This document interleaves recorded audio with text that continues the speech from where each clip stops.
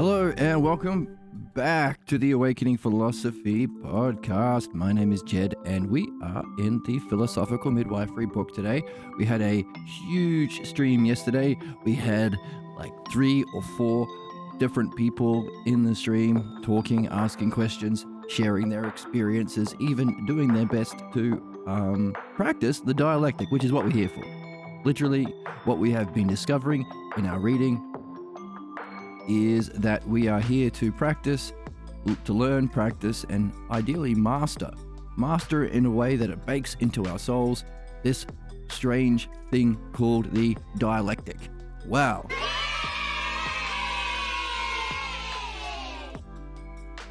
So, exciting stream yesterday, and we didn't quite get to the end where we were going to go over the last 4 stages in the art of midwifery. So, let's go through that today. Let's jump right in fact. So, to chapter 4 of the midwifery book, which is the, have a look at the title here, The Stages of the Dialectic of Philosophical Midwifery. The dialectic that we are here to master applied to discovering and removing what's false and causes human problems.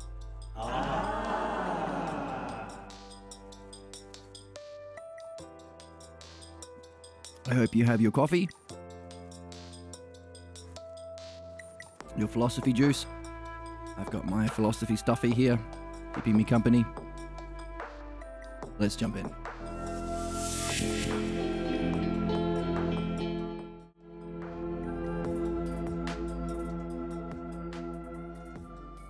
So, chapter 4, the stages of the dialectic. Let me just adjust some sound properties. My background music is a little bit strong in my ears.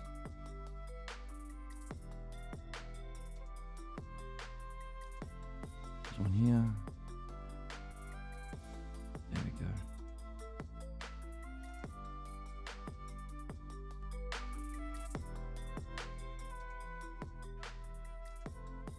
Actually, a little bit further, I think. Can go down a little bit further.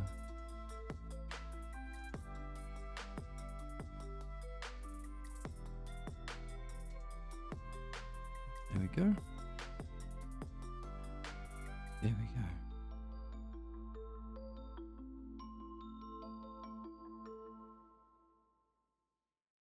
go. Alrighty.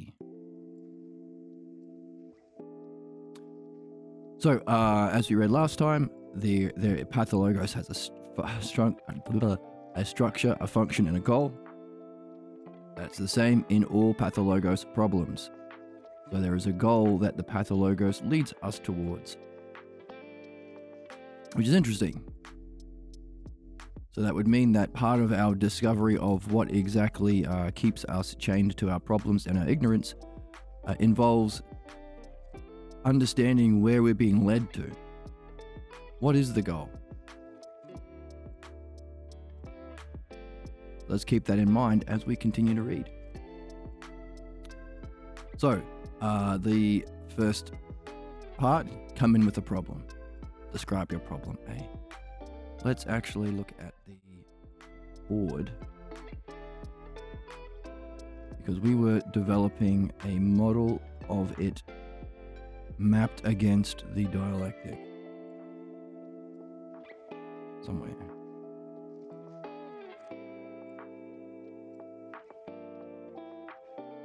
Somewhere.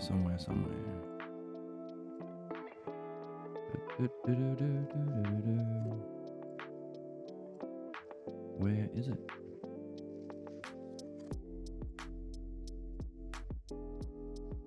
Yeah. So, last time we covered these ones. Is this bright enough? What?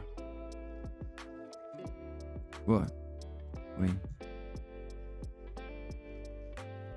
Let's do that. So we have a thing here.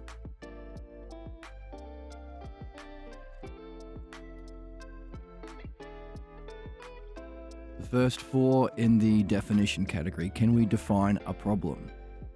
Again, we're trying to see the stages of the dialectic within the structure of, the stages of midwifery within the structure of the dialectic. Give a definition of your problem.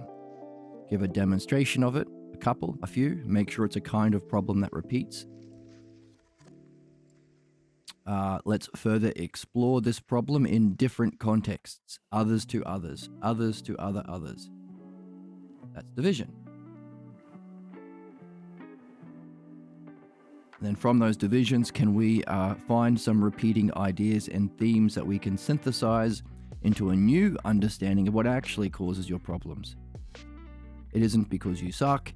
It isn't because of the foreigners. It isn't because of women's. It's because of a certain, what was it?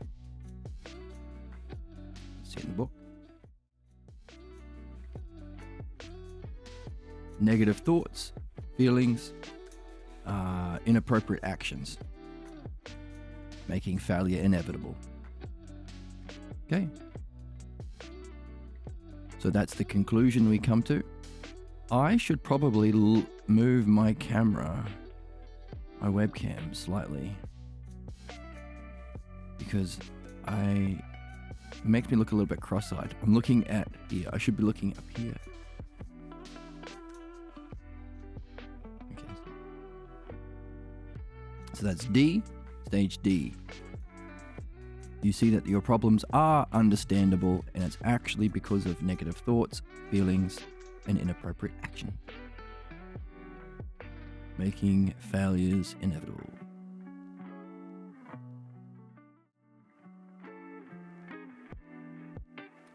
So we are using this principle of hyparxis that we've been talking about a lot. It's a fun one, it's an interesting one, it's a meaningful one. What's the top of one level becomes the bottom of the next level up, allowing us to upgrade. So there's a new definition of what's actually causing our problems. So now our question is, does E reflect a new functioning or this new self to others? A new demonstration of our problems? Let's see.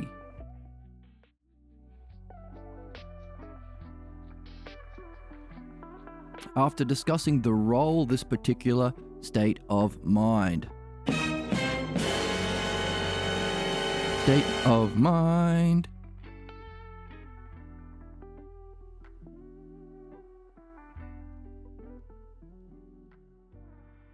So there's our synthesis, right? Synthesis has to take those key themes of that earlier division stage and unify it into a whole. What brings together those negative thoughts, feelings, inappropriate actions, and resulting in conclusion, inevitable failures. So what do we got? 4 terms.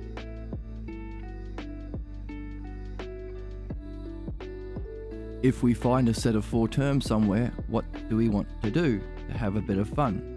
Where's the joy? Where's the whimsy? Where's the childlike wonder, dude? See if we can fit it within the dialectic. Negative thoughts, negative feelings, inappropriate actions, inevitable failures as a consequence or result. Does it fit? You tell me. So those 4 can be unified into a new synthesis called a state of mind. We want to see how that has how has it functioned or played a role. So played a role is another way of saying how has it functioned or demonstrated within your life. After discussing the role this particular state of mind has played in your lives, this is the step we're on, you are led to explore a past scene where they have experienced most intensely that same state of mind. So the state of mind is not only the synthesis, we see how it's functioning within our life, but it's also our DeLorean. It's our time machine back to where we need to go to find where we first got our problem. We have to go back to the past, The movie's called Back to the Future, but you have to start by taking the DeLorean into the past and finding that moment where your life diverged from you seeking your destiny, your highest goals, and you diverge to fate. Why? Because as we just saw, our pathologos has a certain goal it's driving you towards. The zombie virus. It wants you to eat the delicious brains.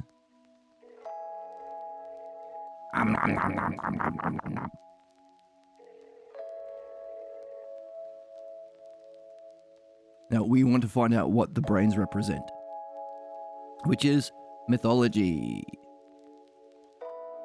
The use of analogy in storytelling to help us remember and share our insights about what's most meaningful. Mythology.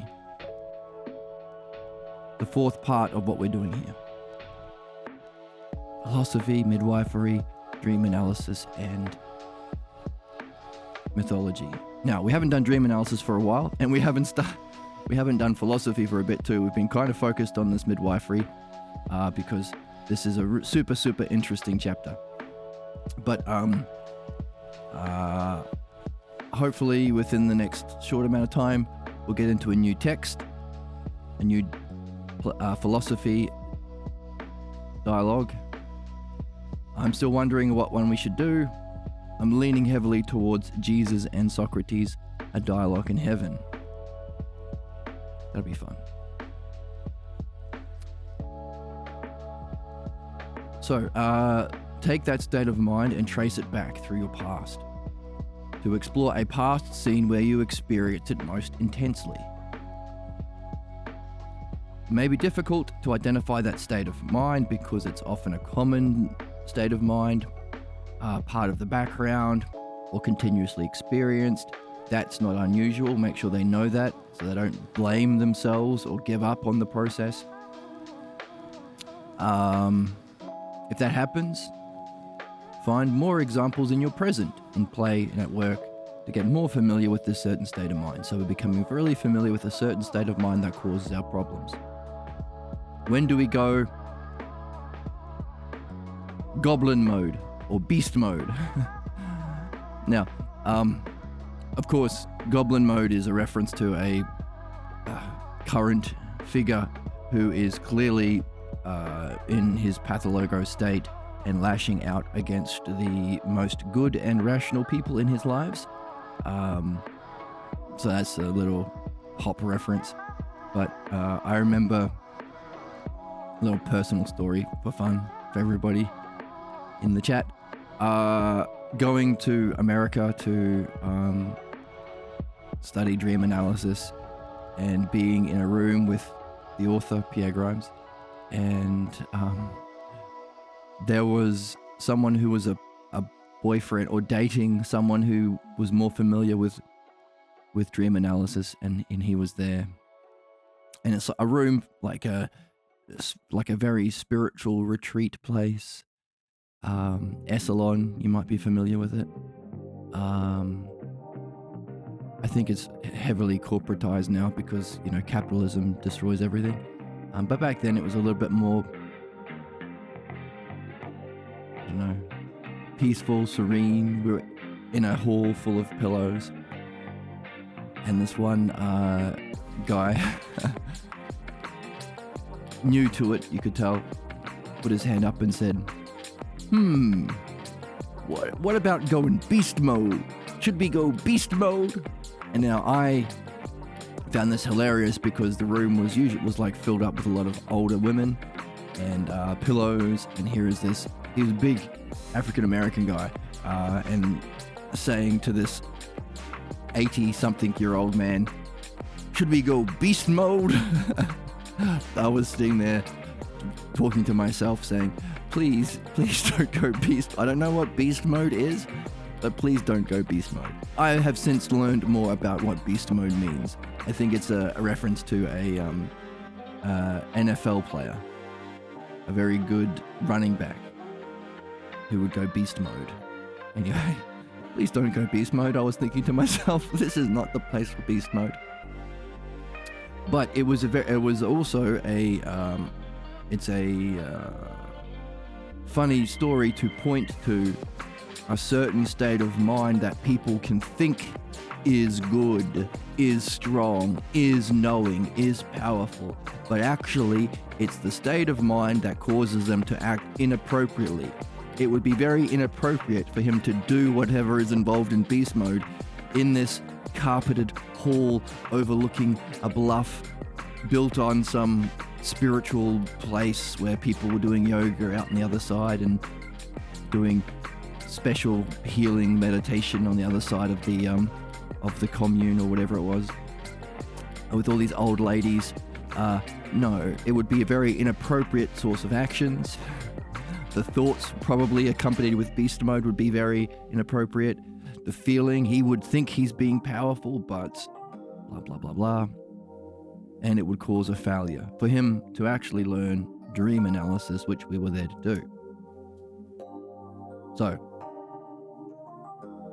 we would want to ask him questions that would allow him to trace back this idea of what this beast mode is back to where he first learned it. Well, first of all, he would have to go through the first stages to realize he's got a problem.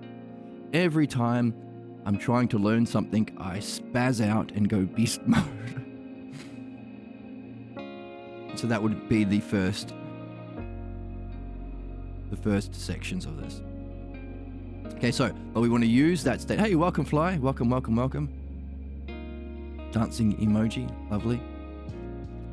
We want to use that state of mind that is tied to those inappropriate thoughts, actions, negative thoughts, negative feelings, inevitable failures. That state of mind that unifies it all. We're going to use that as our time machine back to the past.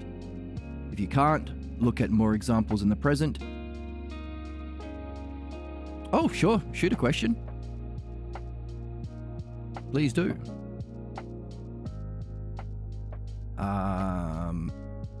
If the person's finding it difficult, explore some in the present. Have you felt this state of mind at play at work? And of course, because midwifery is the most important thing, often the very pathologos we're trying to, or the very state of mind with the pathologos belief behind it can play out in this activity. For instance, if they have a belief and an accompanying state of mind that I always let everybody down, and they consider this an important question, can you remember the earliest, most intense time that you felt this way?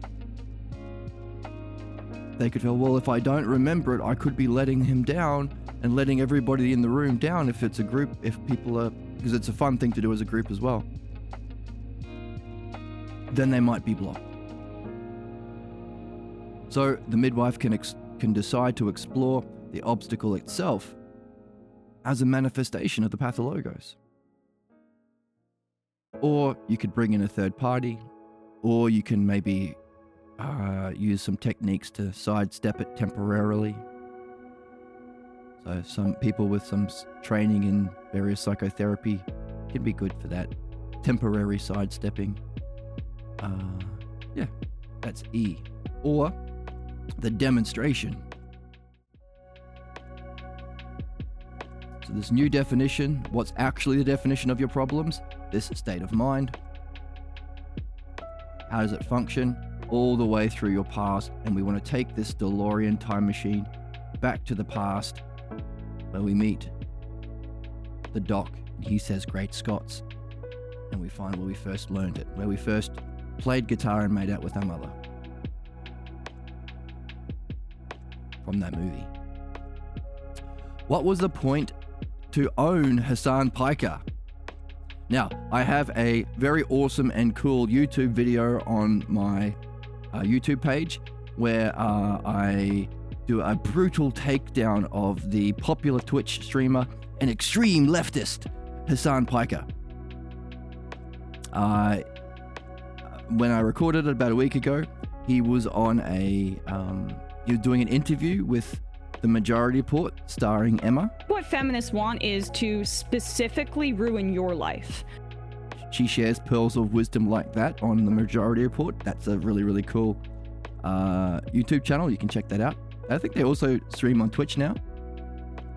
And they were, again, doing the best sorts of philomathesis, the love of learning. The thing that we were talking about last time can upgrade into the love of wisdom. If somebody comes along and says, hey guys, you're doing really, really great. You are reflecting on the causes of what's most of problems in the physical world, or you're reflecting on the causes and principles behind what's most meaningful in the physical world, and they do that. Emma, Sam, everybody involved in the Majority Report, Hassan Piker famously is doing that. But have you ever wondered about where those principles or causes live? In the realm of being. What makes them a principle? What makes these true at all times? I know you can see the hypocrisy of the right-wingers or the fascists or the capitalists who say one rule for these people, but the elites don't have to follow the law. The rich people get to have all the money, but not everyone. It's not a principle that everyone has money. No, it's just me. And we get to bomb you. You can't bomb us. We'll call you a terrorist, but we get to bomb you. So this extreme injustice caused by a lack of universal principles. You ever wondered where those principles were? You ever wondered how to understand them and even know them directly and use them therefore as a model in everything you do? Ever wondered how to communicate your understanding or either, both, if you like, experience of those principles with others so that they can be led up to their own seeing for themselves, so they're not blindly loyal to Hitler or Trump or whoever? The dialectic. So these sorts of questions introduced to those sorts of people who are doing the best in the physical world, where's the model, is the sorts of things that we need to do on this channel to help by, where is the thing we drew last time? By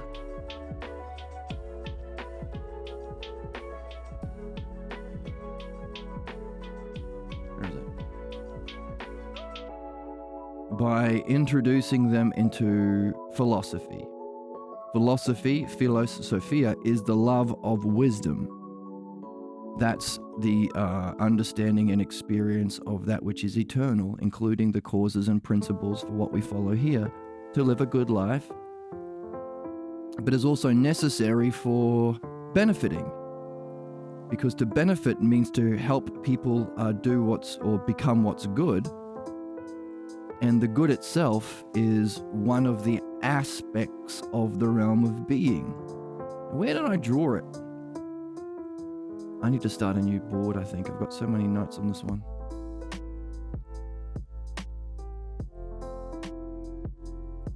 I'm looking for 3 circles. I see 3 circles here.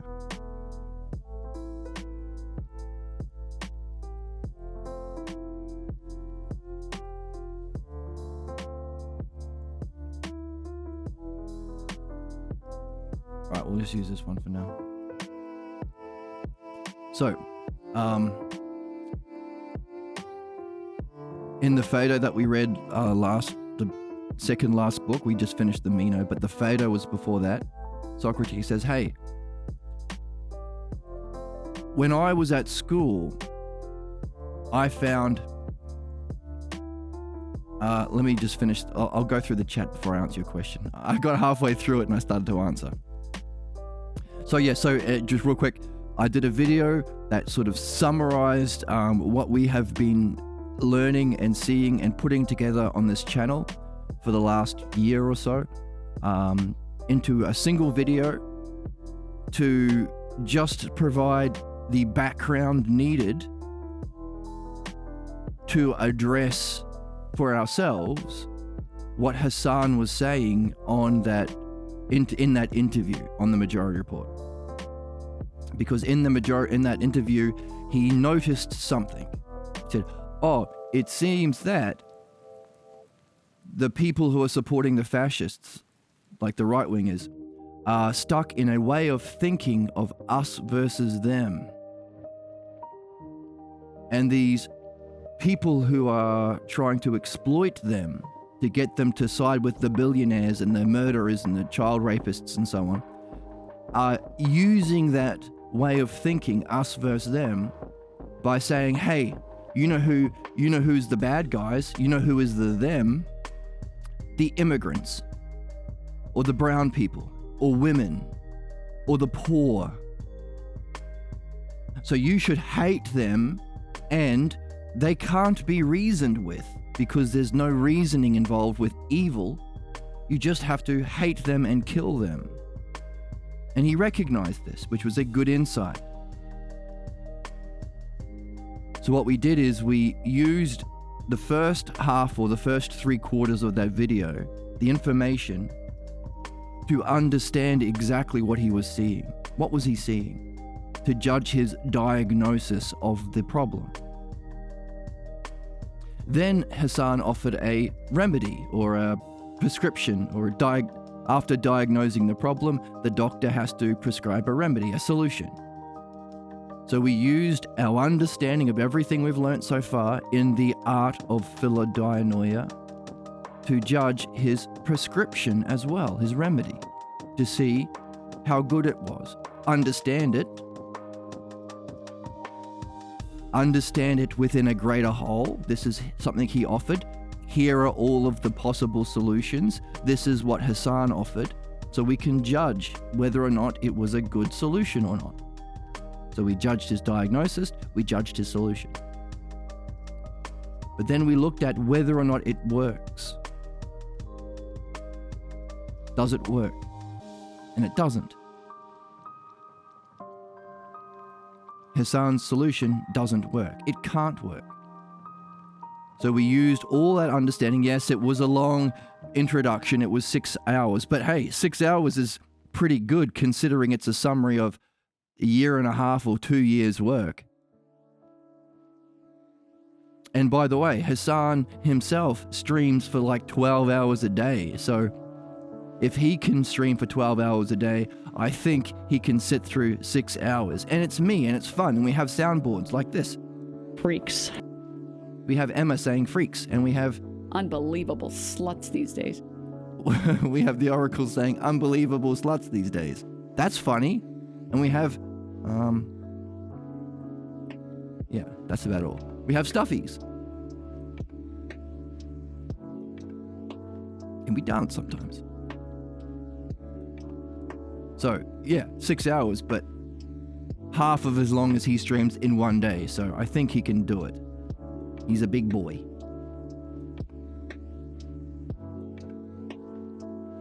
Okay, and that's required to be able to understand why exactly his solution can't work and hasn't worked up to now.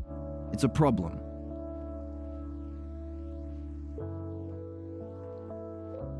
Now that ability to show that we can understand his position, we can understand his way of thinking, and we can understand it within a greater whole, and we can show how it's flawed, and we can show alternatives. This is the first step in reaching out. This is philosophy, the love of understanding wisdom. This is the dialectic applied to what's true. Remember, we've got in the art, in this art we are doing, here's my pen, philodianoia, the love of understanding, the art, which is needed to benefit souls, the collective, and ultimately our species, if our species has a significant role to play within a greater whole in the universe. And involved in that is we could call it following the logos. Following the logos. And the dialectic, which is the structure of the logos, which is what we've been practicing and what we're doing today in midwifery. Hey, welcome. Nice to have you here, Reeve.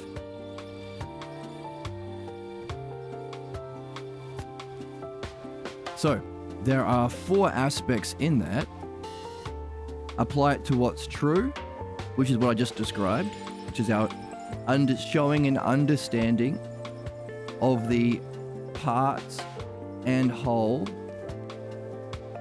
of Hassan's way of thinking. So we can show, hey, there is a problem here. You can't change people's minds. You stream 12 hours a day and it's not working. You have a good friend who is going goblin mode and lashing out. You did a podcast with him. He should be a close friend. You weren't able to help him. And when he's spazzed out and he's lashing out against the best people not only the best people in his life, but the best people who are sharing this love of understanding in the world. He's attacking the logos. He's attacking goodness. You can't help this man. You need to be able to help him if you want to be a good friend. So, all of that is needed for him to recognize, oh, I might have a problem. Again, it's just an invitation. He has to want to decide, he has to see it, go through it, understand it, reflect on it, and want to improve himself. How can I grow? How can I see this? How can I affect greater change in the world? Any of these sort of things. Or, I also notice myself going goblin mode sometimes. I get stuck in patterns that I can't get out of. I repeat the same problems over and over again. And I can't get out of it. Either one. But you need to do that first. Okay? And then you introduce then you spell the dialectic right. And then you introduce the next stage. The dialectic applied to what's false. That's what we're learning today. Philosophical midwifery. We're seeing how the same dialectic applies to the 12 stages in reflecting on that problem so you can remove it, become free of it, and then be unblocked so then you can go back to that first activity of improving your understanding and your state of mind and your evolution and your spiritual progress and awakening different cognitive functions that can perceive different levels of reality, all the way to reaching your highest purpose. That's the significance of midwifery. That's why it's the best thing worth doing. It's worth spending your whatever time you have in this lifetime, in space and time, reflecting on this, doing philosophical midwifery to free yourself. So that wherever you go after this life, you'll be free to continue your evolution. Otherwise, back down.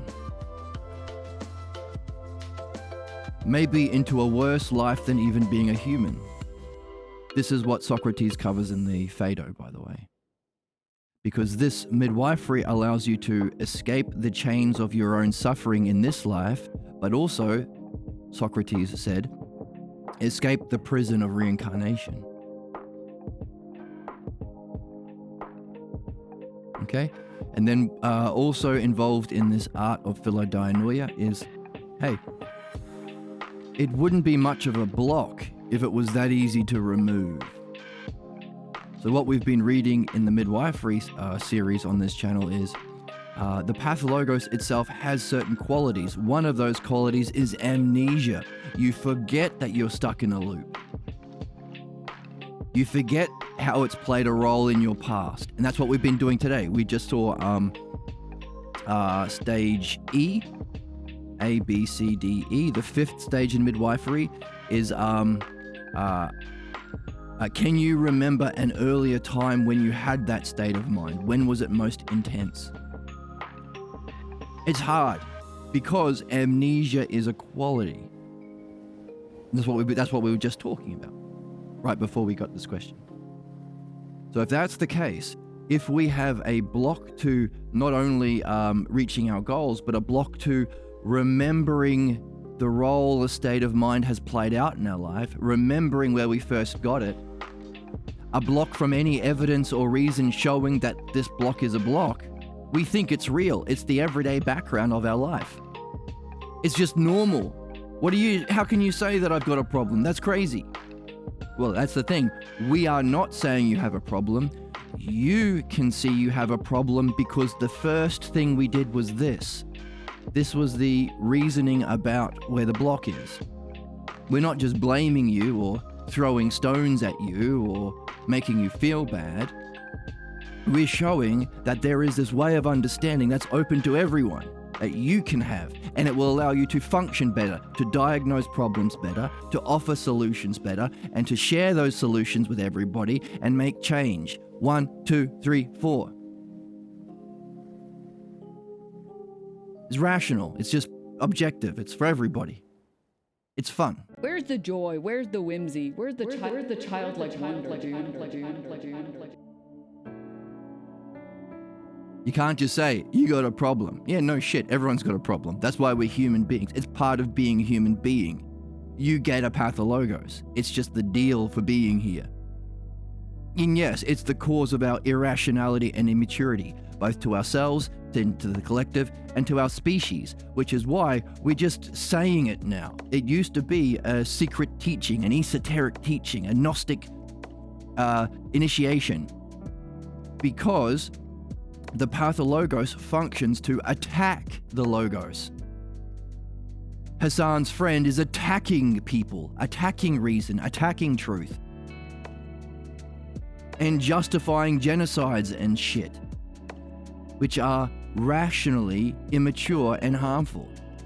Meaning, if we just share this information, the first human response is going to be, fuck you, I'm going to kill you, I'm going to whatever. I'm going to act as disgusting and harmful towards you simply for sharing the truth.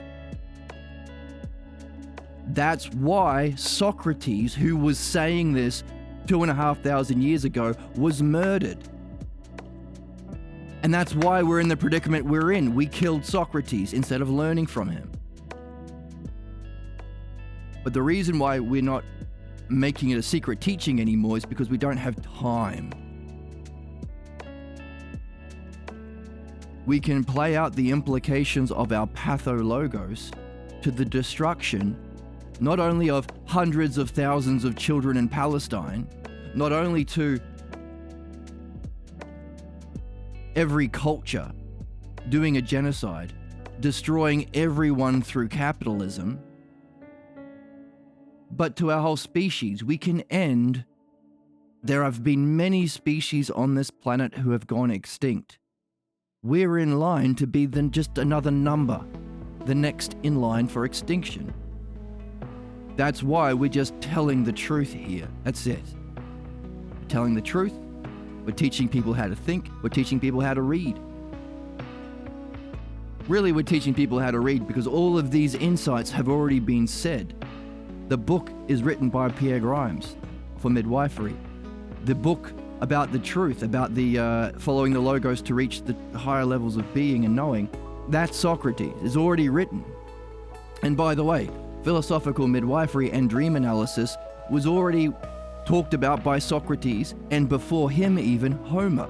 That's the Iliad. So all of this is just already written. We're learning how to read it and see it and share it. So, therefore, after seeing, I might have a problem, then we can introduce the steps involved in addressing that problem. Otherwise, you just got morons saying, I don't like what you're saying, that's a pathologos.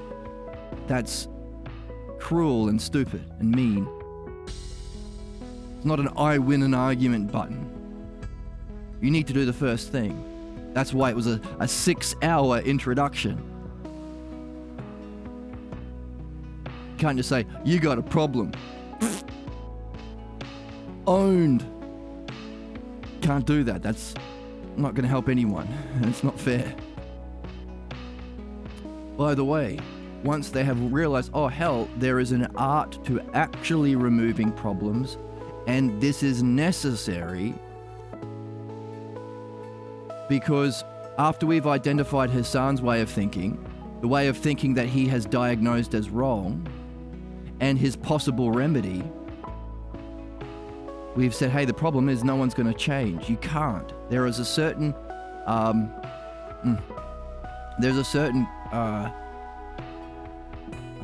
features or qualities you need to be able to change. Specifically, the logos and ousia. The ability to engage in intelligence, that's the logos. Reasoned reflection through words and dialogue. Applied back upon yourself, that's ousia. And ousia isn't available until you reach a certain level of development. So we're stuck. In other words, if we can use the dialectic to break down, and by the way, we don't have to do it, it's already done for us. Socrates' own teacher, Parmenides, broke down the dialectic. Because when he said, hey, Socrates, if you want to know the truth, you better learn the dialectic like my student. Socrates was 19 when he met Parmenides, who was about 60. You got to learn the dialectic. Otherwise, you won't ever reach truth. And he gave like a little puzzle here's a little word puzzle for you to solve to figure out the dialectic. That's what we have done together on this channel. And if you go to the YouTube playlist for the introduction to Parmenides, you can go through it with me, with us. So this model of the dialectic we have because we read and we discovered there's a puzzle there and we solved it. So after Parmenides said to Socrates, this is the thing you got to learn, this dialectic. By the way, what that is, so Hassan and Emma. I'm cute, like it's cutie pie. Who claims to be a cutie pie on the majority report. These are the doing really, really well in the physical world of becoming, which we perceive through our physical senses and image thinking, where we develop opinions and beliefs. That's called philomathesis. Socrates says this is the first stage of learning. And he talked about how he went to school and he found that most teachers were garbage, but he found one teacher who was making sense. Because most teachers use physical explanations as causes. Why are you here? Because of your bones and your muscles. Why are you happy? Because of physical serotonin squirting in your brain. Materialism. And Socrates said, well, that's stupid. I'm sitting here because I think it's the best, the most good, and the most beautiful thing for me to be doing. If I didn't think that with my mind,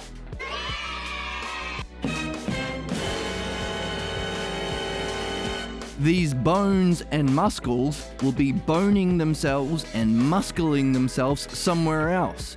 So no, dumb teachers at school. The cause of things are not physical causes, it's my mind. And he found one teacher who was talking about the mind. And he said, I would have followed that guy anywhere. But he didn't go further. He didn't explore the mind. So Socrates says, oh, I had to do it myself. That realization that the true causes of things, of principles, of causes themselves, 1 + 1 = 2, things that are equal to the same thing are equal to each other, justice itself, beauty itself, The cause of beautiful things as adjectives, or just things as adjectives, a just person or whatever, is in mind. That's the upgrade to philosophia, the love of wisdom. Because not only can you understand that with dianoia, understanding, but you can actually turn your consciousness upon itself. This is the sixth sense we have, called ousia, that lies dormant. This is the activity that awakens it. Not only can you understand it, you can go to the party yourself.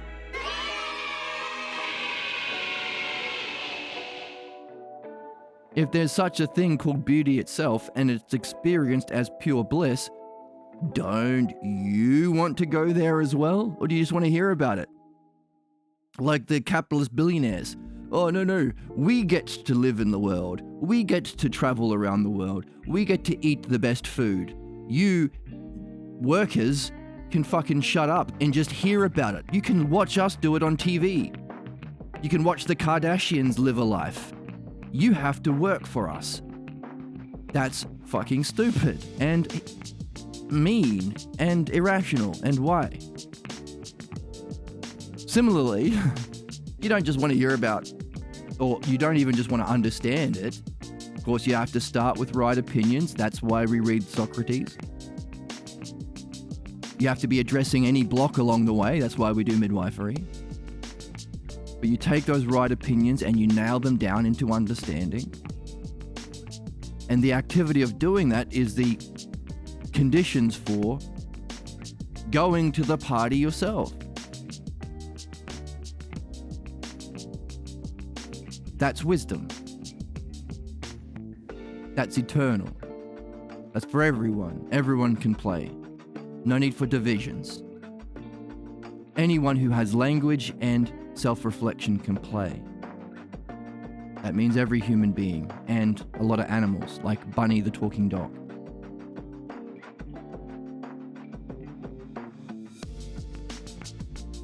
Maybe. We'll see. And of course, everything you've learnt to make that jump, you then apply to this realm.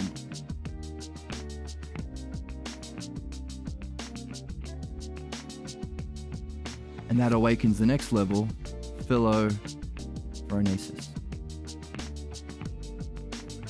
So, all of that had to be sort of outlined and explained in the first part of that video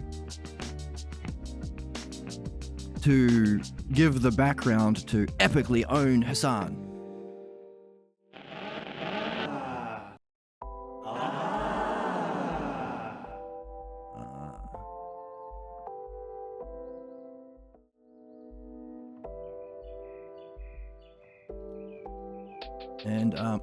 And introduce, hey. So the first part was to give this background of philosophy,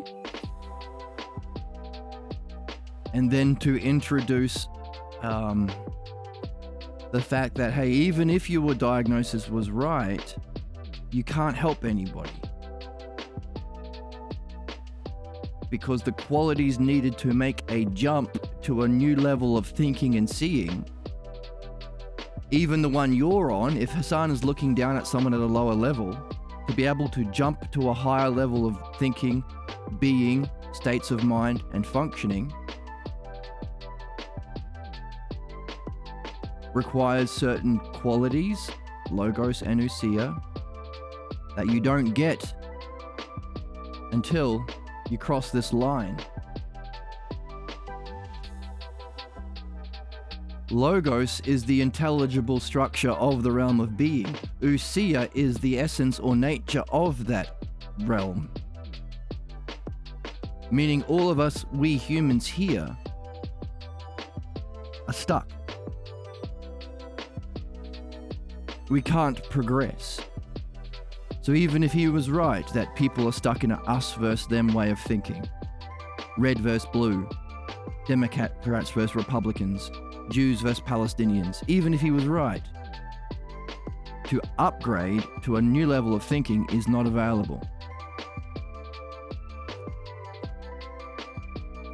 And then I cried, and then I ended the video. I had a good weep. Oh, I'm a bit behind in the chat. Let me just catch up to the chat.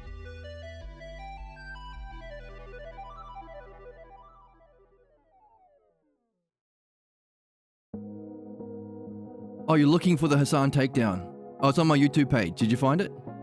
It's the only one with the epic. It's got a thumbnail of Hassan crying. Because apparently if you do that, you get more views on YouTube. Hasn't worked for me yet, but we'll see. Mostly work and lurk. Yeah, cool. Let the logos cascade over you while you do other things. And the chill beats in the background. Right. Escape the cosmic prison of reincarnation. Well said. I blame the demiurgos. Right, so this is the demiurgos here. The demiurgos speaks to the create. So if you want to call this level of self herself, you're speaking to the generative property or the creative property.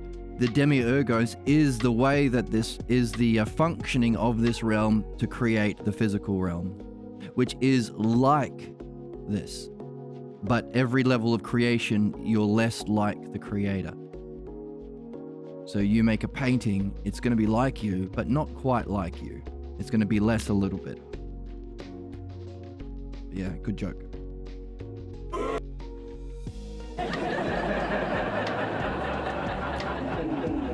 First time chat. Oh, it's spam. There you go. Let's get rid of the spam. Get that. Only bot allowed in here is me. Okay. Oh, you found it. Hooray. And I think we're up to date. Are we up to date on the chat? Oh, Reeve says hello. I said hello. I'll say hello again. Stuffy says hello.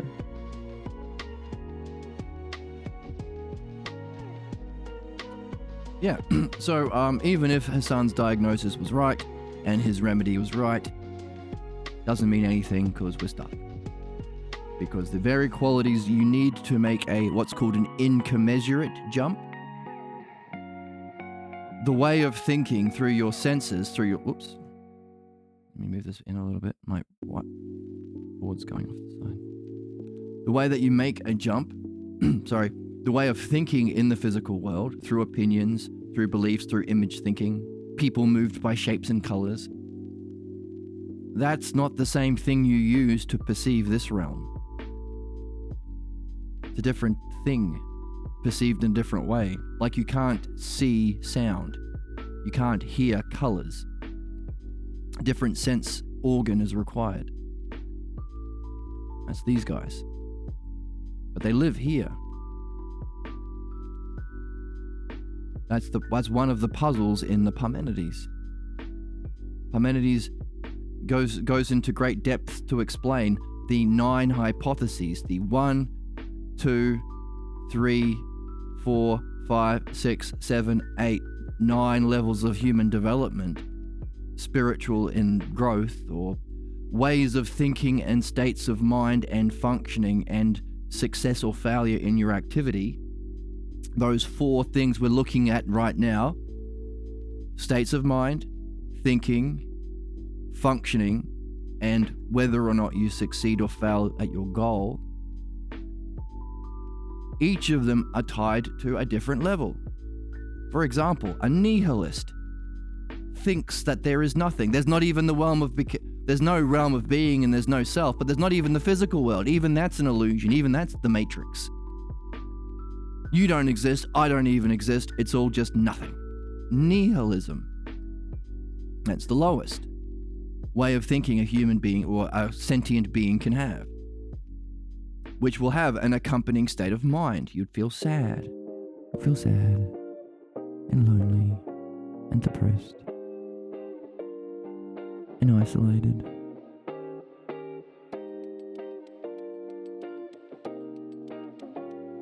Materialism. This doesn't exist. This doesn't exist. Only this exists. But hey, you can't, even opinions and images and beliefs are kind of not real. It's just all physical things. We're all just rocks in space.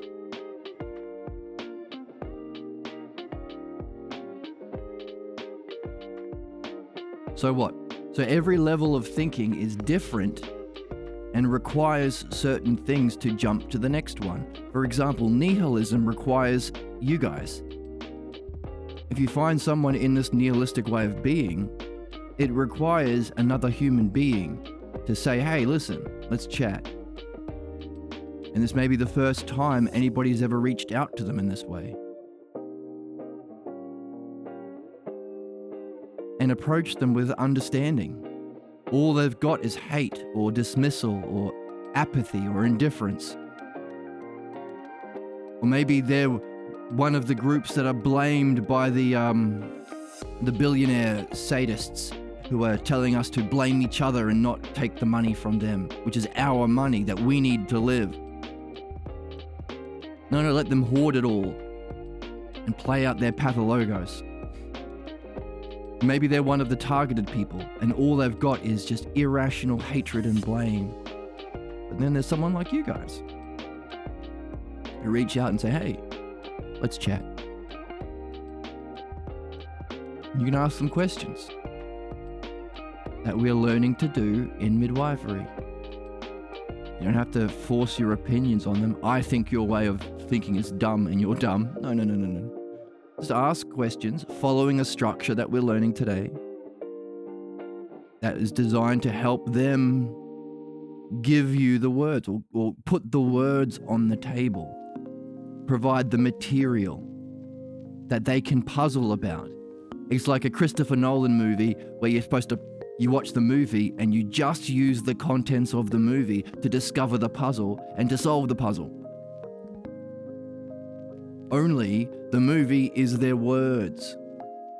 That's the content. Their logos. And you encourage them to reflect on it.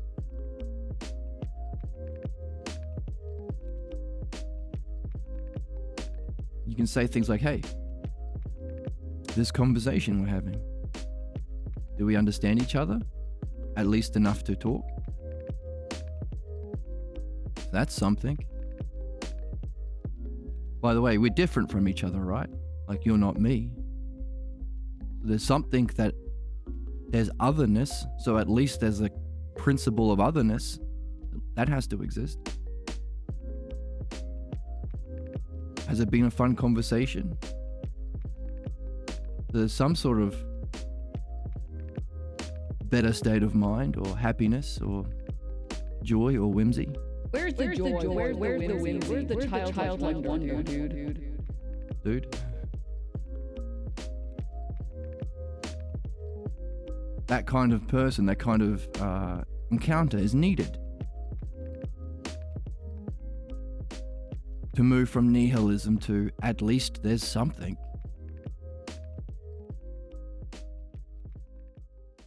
Now, in philosophy, you can take these 9 levels of development given to us by Parmenides that we can read for ourselves, the teacher of Socrates.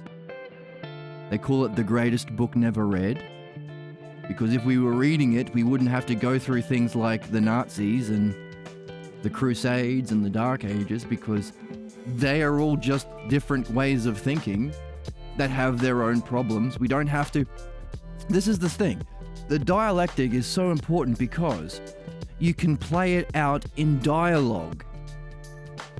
You can play out the implications of Nazism or Catholicism or Judaism or Mormonism or capitalism or fascism. You can play it out in dialogue to gain understanding and insight. So you don't have to play it out in history, murdering and torturing people. Not needed. If we learn philodianoia. That's the stakes.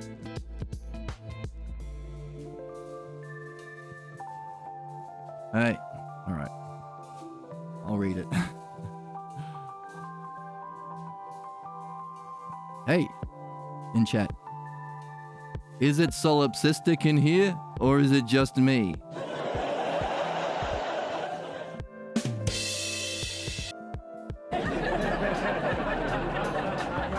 Alright, we have fun here.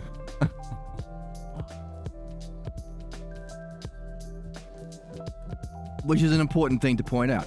Humor, charm, grace. Grace if you're a lady, charm if you're a guy. I think that's the way Socrates talks about it. Humor, having fun. These are also aspects of the way in which you would reach out to a solipsistic or to a nihilist. Solipsism, people who think it's just them. All they know is their own mind. There is no outside world, or there's no way of knowing anything other than my own mind or my own internal world. So yeah, that's part of it too. In fact, yeah, I mean, that's a puzzle that we've been wondering about. What makes things funny? And if you have this nailed, if you can see through it, it's fun to share it. But also, can you share it in a way that can point out the absurdity of certain positions where it's fun to have the insight? Like the joke? Anyway, if we are stuck down here and we require these to move up, but they're not available until you reach philosophy, or you're able to what they call the third hypothesis. So there's the first, there's the second, there's the third. We are in the fourth and below as humans. Fourth is groupthink. The Jews versus the Muslims versus the Catholics. That kind of shit. War, fight, conflict. No logos, no ousia. But logos and ousia is needed to make the jumps to these levels of self. Self-functioning, ideally in the third.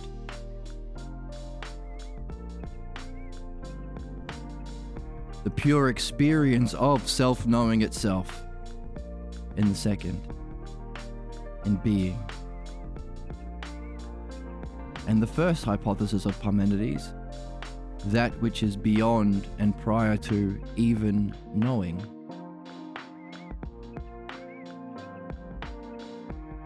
The very three things that the pathologos fights tooth and nail to prevent. What's the pathologos? A diminished view of the self. What else? It's based on a distorted idea of justice and beauty and goodness. What else? It silences your ability to participate in logos. Keeps you identified with the group of the family clan, and if some tyrant comes along like Trump or Netanyahu or any of these jerks come along and look similar enough to the kind of tyranny that our parents had, and we all have it, it's not personal, then that's who becomes the tyrant of that collective. The Germans have their Hitler, the Yanks have their Trump, and so on. So as a species, we need to make this jump into the self. How can you do it if the thing that you need is in the third, second, and first? That's the issue. That's the rub. That's why Hassan's diagnosis couldn't work and hasn't worked.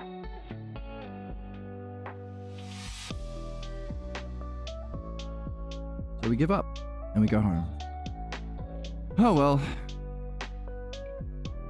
That's the end of the channel. We're screwed. Ooh. Maybe. Good question about humor in the chat. Wait a minute. There might be a hidden doorway. There might be a secret passage in this mansion that prevents us from being screwed as a species and as individuals.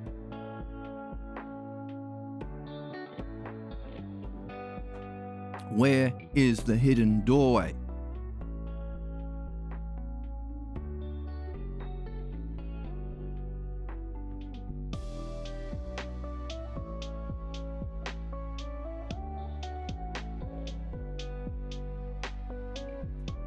two things. It's not merely reason. It's not merely the logos. It's not merely the true, because we're not robots. And as we said, logos and Usia isn't available to us yet until we make that jump. Here's the thing. Your pathologos, that very false belief about the self, the false idea of the self, based on the false idea of beauty, our parents imitating beauty, imitating strength, when mummy or daddy went beast mode or goblin mode, or maybe it was quiet and they shared you a secret teaching and it seemed like they were really caring for you and they whispered into your ear, never trust women. Or maybe you were sitting down folding laundry with mum and she turns over to you and she seemed like the most beautiful thing and she said, never trust the blacks, or something like that. Doesn't have to be a traumatic experience. In fact, it's an imitation of beauty, of care, of love, and of justice. All of the qualities of being where Usia lives. And you walk away with a false logos, a false belief, thinking, understanding of yourself, of mind, and of your ability to participate in understanding. That's the pathologos. That's what we have to, that's why midwifery is the most important thing we can do here. It identifies this, which causes our repeating cycles of problems and suffering.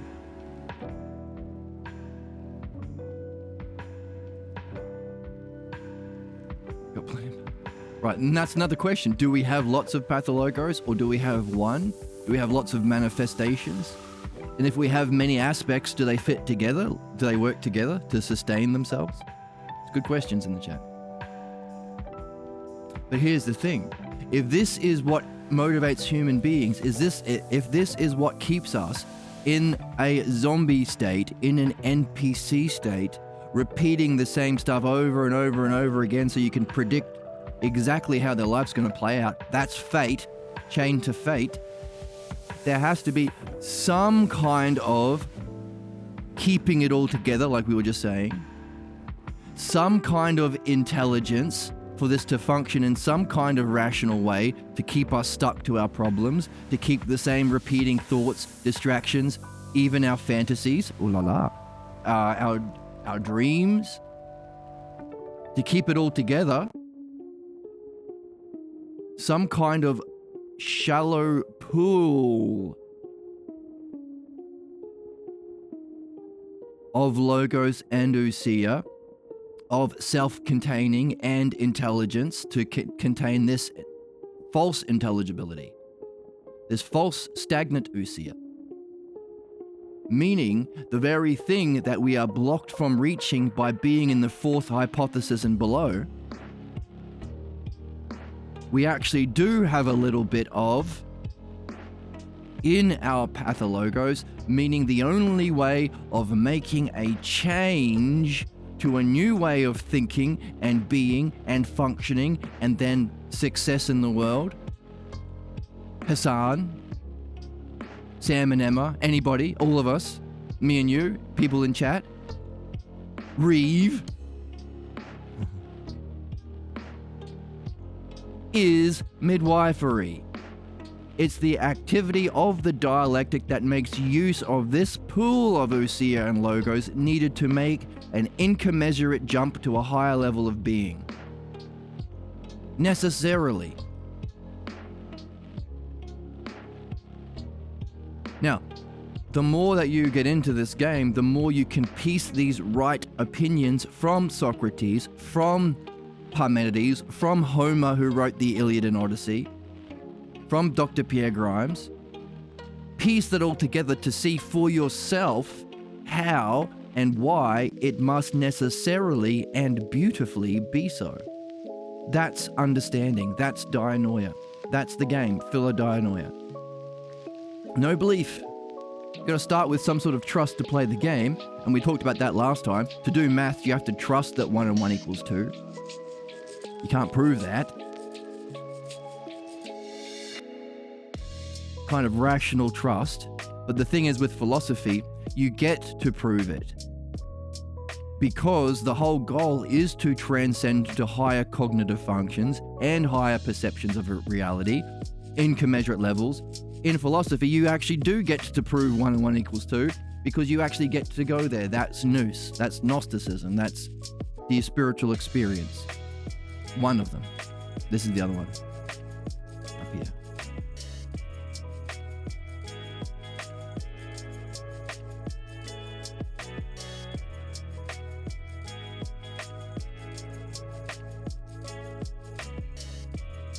Problem with midwifery is, well, it can be difficult.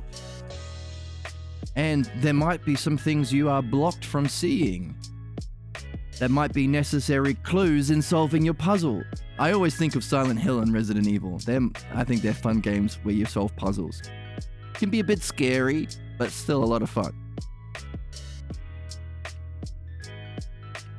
But to get into the door, you need the key that's hidden in the dog kennel. But with the zombie dogs, they're gonna bite you. But you can do it. Dodge the zombie dogs. Get the key. But sometimes we don't have the key. Or we can't see the key. Or we might have seen it, but we didn't recognize it was the key we needed. All of these are ways that the pathologos can function to keep itself together, to protect itself. So what? Well, good thing there is a third aspect to philodianoia that fills in that spot. It can point to keys that we missed and help us along the way. That's the dialectic applied to our dreams. Wow. Disgusting. I'm so disgusted. Hey, whoa. Who asked you? Okay, go ahead. My soundboard is having a fight with each other. Dream analysis. Dream analysis is your guide to both your reading in what's true and your activity of philosophical midwifery, both of which is needed to make those jumps that we've been talking about.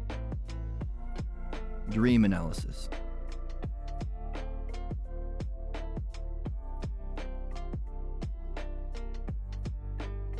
Philosophy, midwifery, and dream analysis.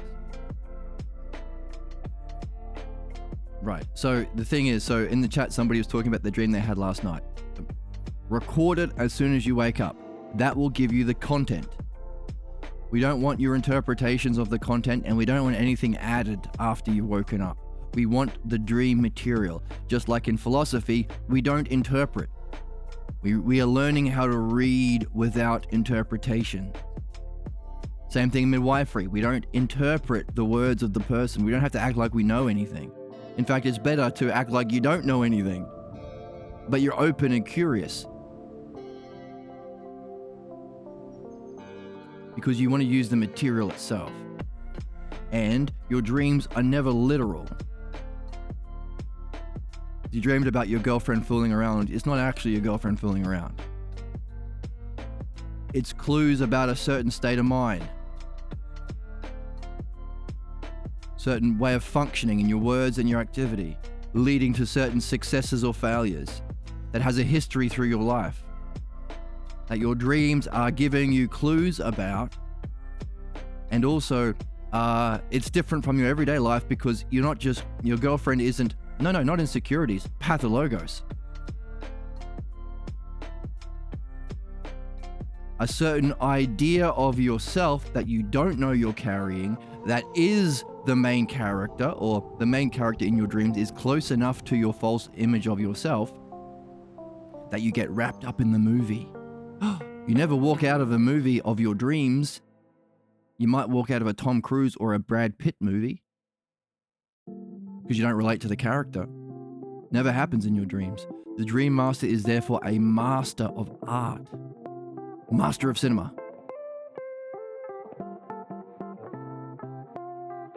And all of the material in your dreams, your state of mind, your words, your functioning, the ups and downs, whether it was a success or failure, a turning point, are all, and not only that, your girlfriend isn't just fooling around with someone, she's fooling around with the dragon.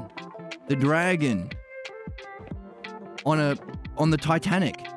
So the furniture are all metaphors or possible keys to help you unlock your mystery. Your dreams are your guide in your mystery. Usually about midwifery, your pathologos, because that's the most important thing. But it will also help you in your reading of philosophy. And it will also help you in the fourth thing. My ex-roommate is a dragon. Okay. The fourth thing that dreams will help you in, which is the fourth aspect of philodianoia, sharing. This is the human thing. It's not a solo quest. I'm looking for someone to share in an adventure. Gandalf is looking for someone to share in an adventure. And You're a wizard, Harry. you're a wizard, Harry. Like we said with the nihilist, or maybe the solipsist. I don't know about that one, maybe. Requires a human interaction. Midwifery requires a midwife. To be awakened to this quest requires somebody making content and doing a wicked cool thumbnail of Hassan going, "Ah," and a philosopher going, giving him the finger, and then me saying, "Hassan, epically owned by philosophy. Wah! Can you believe it?"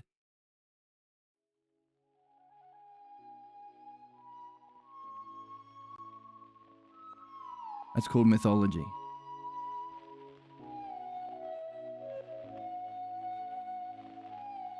These are the four aspects in philodianoia. This is the art that we're here to master as human beings. This is the art that comprises all ways of understanding and states of mind, making it both the ladder of learning or education and the ladder of spirituality or yoga together as one single art. Beautifully so, necessarily so, and required to help ourselves, our loved ones, to create a good relationship with your girlfriend, to help our friends who might be spazzing out,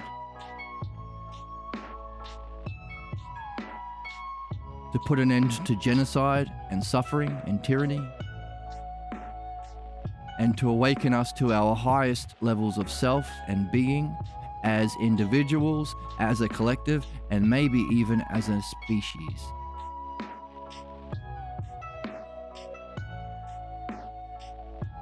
Join us. It's fun. It's our inheritance from our golden age. It's what makes us mature and rational.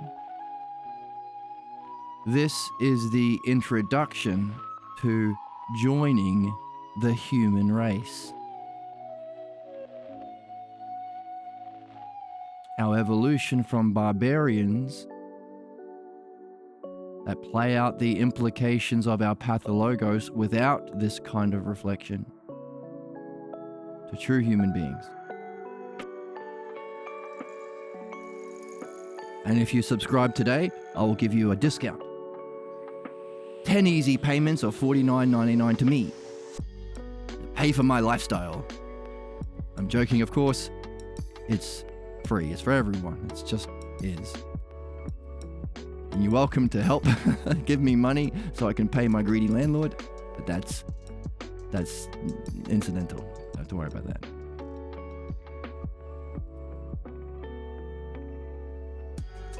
So, did I answer your question about the Hassan epically owned video that I talked about? Why I did it that way? Why it was so long? what was involved, and why I thought it would be beneficial. I don't take off my jacket.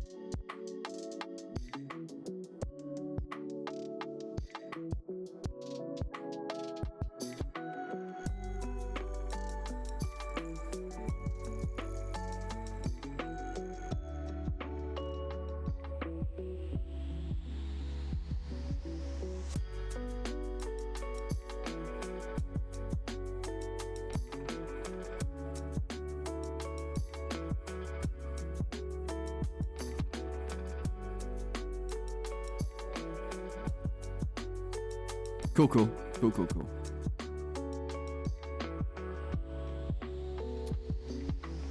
Alright. So, what we are doing today is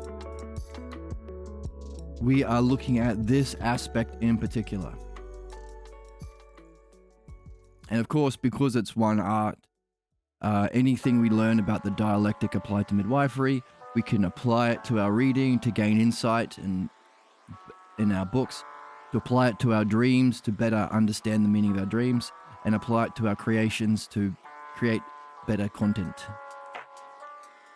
to benefit everybody.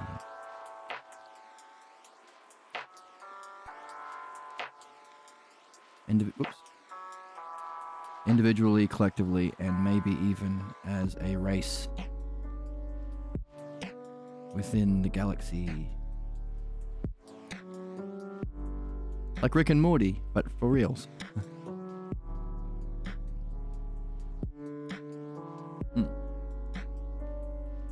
So I used the word leftist because it was a triggering thing, but the idea is there is no right party, there is no right wing. The right wing is just the pathologos. Let's conserve the past. That's the pathologos. Make Germany great again like it was in the past, says Hitler. Make America great again like it was in the past, says George Bush Sr. Make America great again in the past, says Donald Trump. It's fascism. It's allegiance, blind allegiance to our pathologos, which is everyone like us is good. Everyone outside the cave, anyone who looks different or acts different is bad, and the way of being good and knowing isn't this. It's just being cruel and fucking stupid. Because that's how we bind together in the family, and that's how we bind together as a party. Now, it doesn't help you. The right wing hurts everyone. They think they're getting short-term benefit through the money, but there is no right wing. It's not a political party. It's just the pathologos. It's the pathologos party, really. Equally so, the opposite to the conserving our ignorance of the past, or progressive, has been failing. Why? Well, what we just described just then in this overview is literally what is needed to progress or evolve or get better. So the true progressive party shouldn't be called one party among many, it's just Philadelphia, the Logos Party. But of course it is. When you go to the doctor, you don't say, do I want right-wing medicine or left-wing medicine? No, it's just medicine. You either understand it as an art and use it to benefit the subject only, or you don't, or you're corrupt and you go to prison. Same thing for flying a plane. What philosophy on how to fly a plane do I want from my pilot? What? Crazy. No, there's just one understanding. And anyone can be a pilot, anyone can be a doctor. You don't have to be born the right color, born the right gender, born on the right piece of dirt. Fascists, conservatives, right-wingers, pathologos. So pathologos, which is specifically a block to the logos, we still want to be knowing. Our soul still seeks virtue, seeks goodness and excellence. But the model is just cruelty to anyone who looks different. That's it. Because to do benefit, you have to learn this.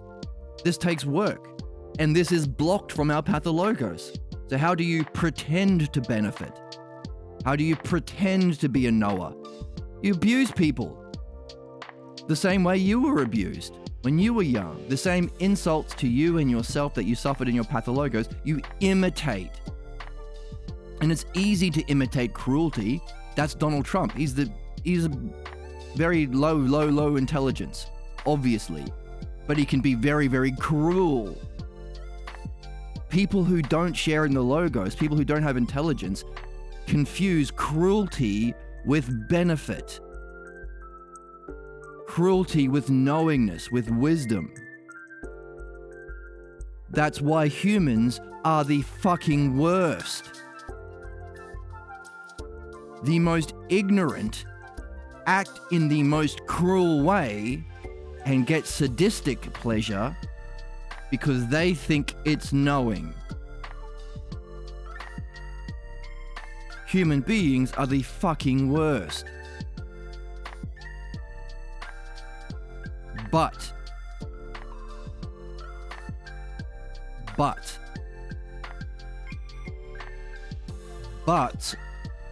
the conditions for being the worst, other animals don't have, maybe other species don't have, but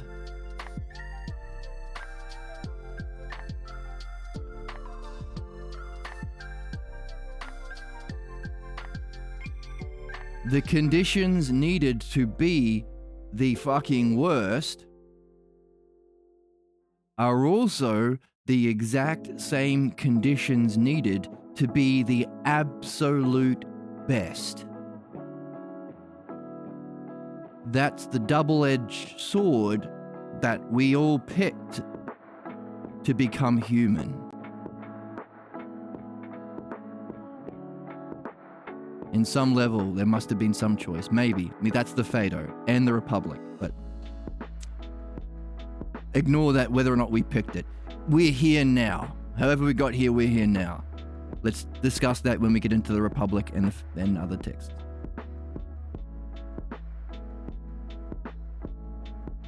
This blind allegiance to the imitation of beauty, the imitation of justice, this blind allegiance to Trump's injustice, Hitler's injustice, Putin's injustice, means that we have a soul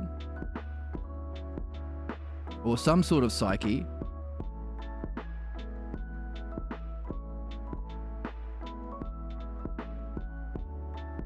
that is attracted to the truth of beauty, the truth of justice, and can be holding on to it within our psyche as the model for true beauty, allowing us to create actual arts, actual works of beauty. We can use it as a model for the most just civilization ever.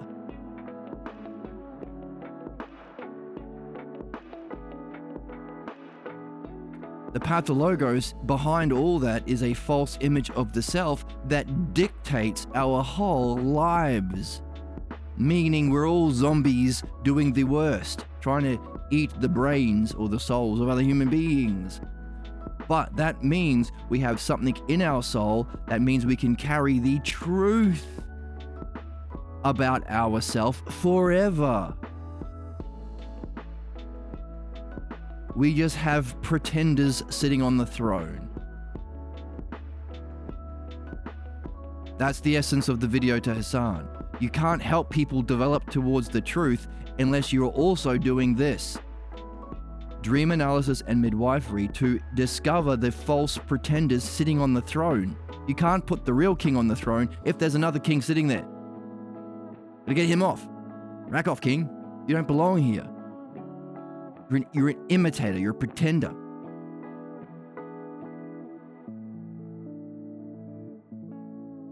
So yes, human beings are the worst, but we're also potentially the best.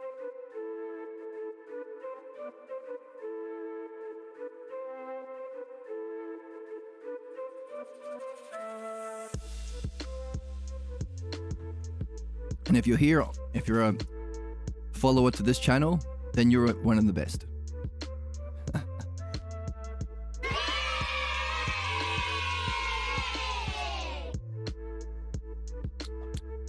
And the model for the best is baby Phoenix Stuffy. She is the wisest and most beautiful. We look to her for our model of excellence. And of course, the Dream Master. Because the... No, not me. But that's a good point, though.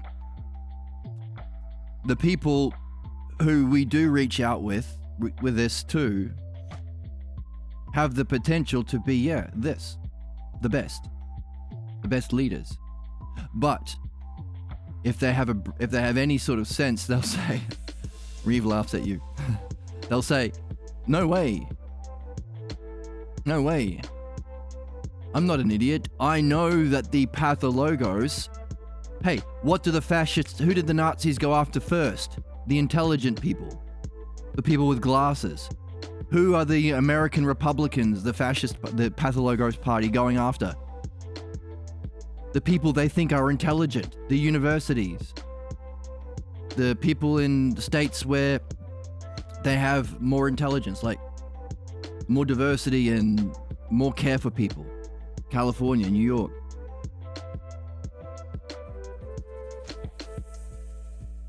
What do they pray into? Oh, those liberal elites with their thinking. We have common sense, right?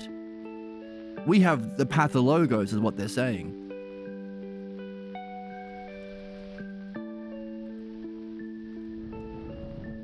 Well, that's the thing. We don't have to believe that there is an alternative to our demise. If we understand, understanding takes the place of belief. Belief is the pretender to the throne. Based on imitation. Belief is believing someone else. The guy in the funny hat. The guy with the curls. The guy with the big beard. The guy with the money. The alpha bro with the muscles. My muscles in frame, in case there are any ladies watching.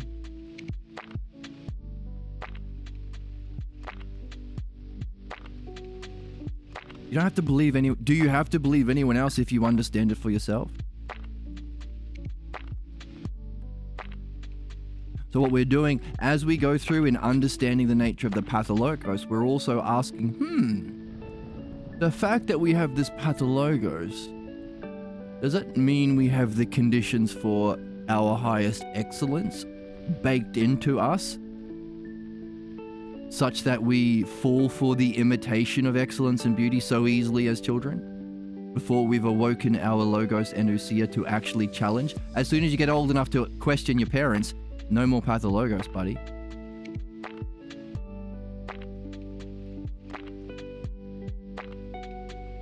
Dumbledore, yes. You're a wizard, Harry. I'm thinking of the Christians.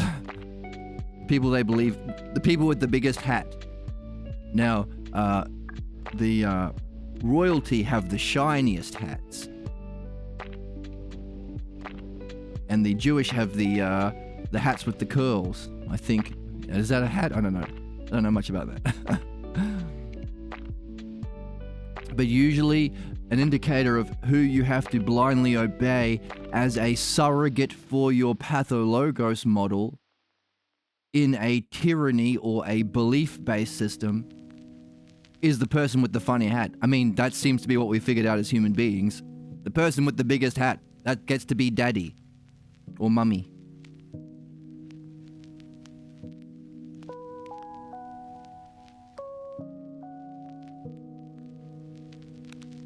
That seems to be what we've settled on.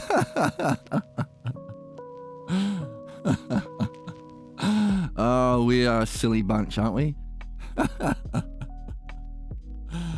Aren't Aren't we a silly bunch, us human beings?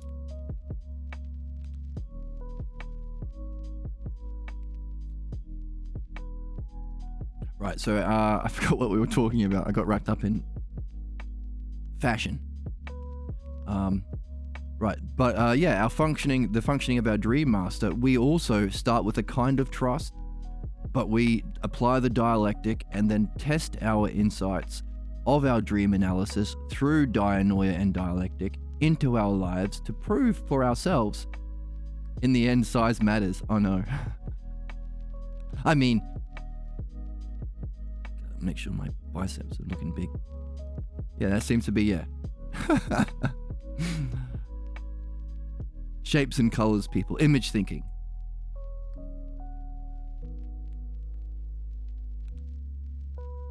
When you are a barbarian race. Anyway, so yeah, the model is not only Phoenix Stuffy, but our Dream Master is someone we can look to. So as we do dream analysis, not only do we get the insights from our dreams that help us in our everyday lives in doing these other three things, but we can reflect on the essence, the nature, and the functioning of our dreams themselves to wonder about the Dream Master as the ideal or paradigm or model for where we're heading. Someone who functions most artfully, most beneficial. Doesn't give you the answers, doesn't give you a bunch of beliefs that you have to believe, gives you the material that if you approach it with a certain level of character, of virtue, you can find the puzzles yourself and you can find the answers to those puzzles in the material itself, yourself. Ideally, with a friend.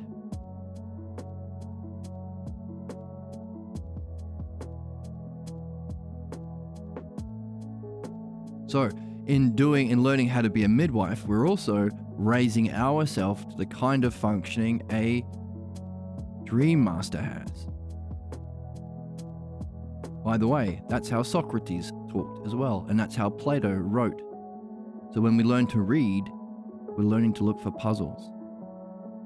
And that's why people like Christopher Nolan movies, which is the last part, myth.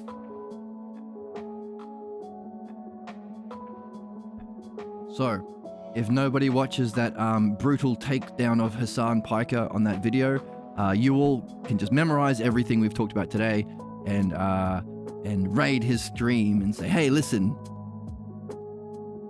you crazy leftist or whatever, you need to do this and whatever. Jokingly, of course, because the whole reason we're reaching out to someone like him is because he is of that class of people doing their best to understand, to put words on, to share what's most meaningful in our physical world. Philomathesis. Just needs somebody to come into their life and say, hey, by the way, doing well. There's this principle of hyparxis. People at this top of the physical world is also people who get to be at the bottom of the next level to continue your work or play.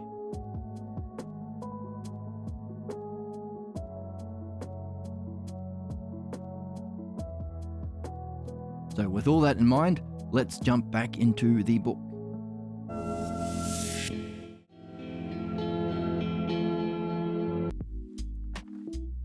Right, so I think we got sidetracked talking about funny hats and how human beings have collectively decided that it's the person with the big funny hat that gets to pretend to be daddy.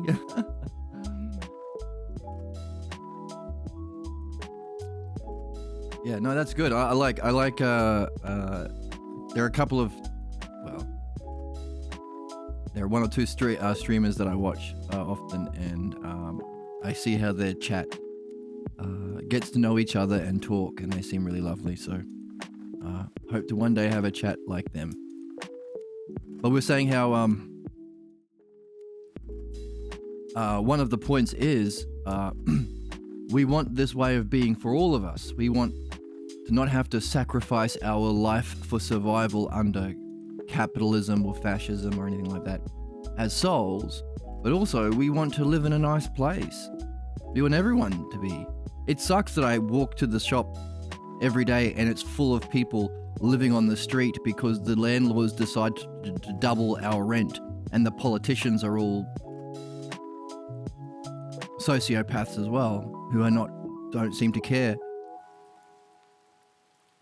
And all the money is being siphoned away so that all of the shops are dying and nobody's at the restaurants, and I play music in public and it used to be full of people, but now it's empty. It's a ghost town because of the fucking billionaires and their greedy pathologos ignorance and our collective lack of understanding of the pathologos and lack of demanding of an actual art by anyone who leads. So a lack of logos and a lack of an understanding of the pathologos. That sucks. We want to live in a better world collectively. And then ultimately, we want to use that, you could call it utopia if you like funny words like that. But then people say, I don't believe in utopias. Well then give it a different name. How about being rational or being a human being? As a species, we can wonder about what are we going to do with all of this time and freedom and harmony with ourselves, our fellow man, our environments, and the animals. What are we going to do in the universe? So as Reeve was saying, okay, Reeve is running on a platform that the person with the coolest hat should be the one ruling society. I'd prefer it to the one who is the most sociopathic and manipulative of human beings then, so it's a step up. But these people who do awaken to this, if we do reach out, if we do show them, hey, we're having fun here, and we're improving here, and we're reaching our goals that we were never able to reach before here, and we're asking the questions that make us rational. Where do we come from? Where are we going? And what should we be doing while we're here? The three big ones. We're actually thinking about that and even answering them. Then these other people, the best sorts of us that we've been reaching out to, and of course the people in my chat, we want them to be, if they have the art, we will say, hey, please rule us according to an art, never for your benefit, so they're not getting anything out of it, to benefit us, the subjects, collective as a species, individually, collectively, and as a species. And if they've got any sense, they'll say, no fucking way, get out of here. I am smart enough to know that the pathologos counterattacks the logos. So we have to make the case that we have been doing philodianoia for ages. And every day, in everything we do, we look to apply the dialectic. We carry a question about the self. We wonder about ourselves. We aim for our highest excellence. Every moment of every day, we are playing the philodianoia game. We have to make that case to them. To say, hey, look, because we're doing that, we value the logos. We understand that an art has to only benefit the subjects. And that has to be understandable, meaning it's never belief. Hey, believe me, bro. No. An understanding that we can all understand. And it has to be guided by a model of the ideal, meaning being or the self. Like a doctor needs the ideal of the human body. If the ideal of the human body that your doctor has 4 arms or 8 arms,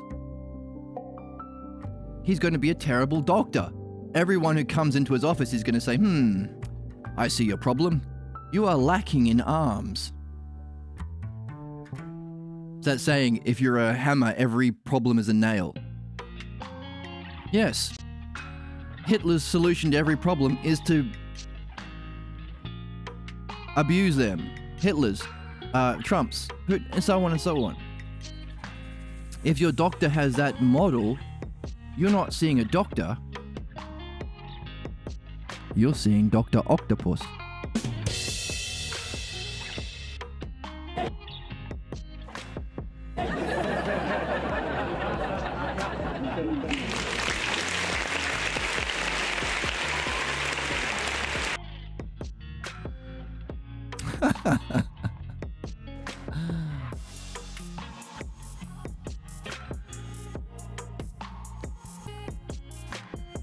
So, we have to say we've been doing philosophy. We recognize that you have some experience or intuitive awareness of being, of the model of actual goodness.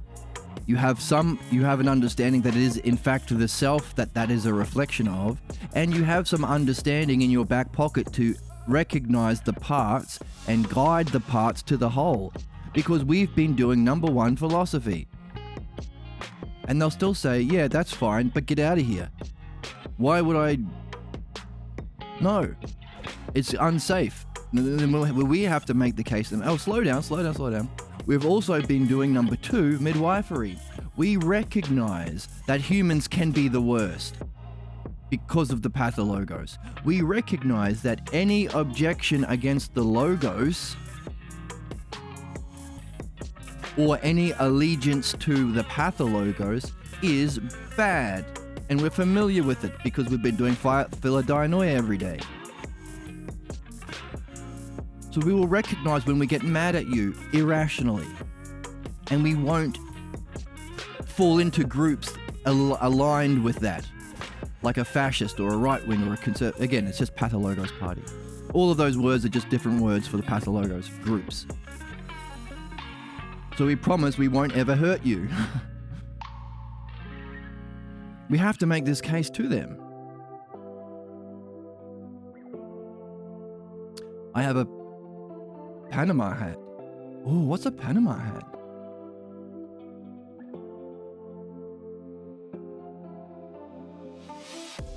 I used to do midwifery with the author of this book in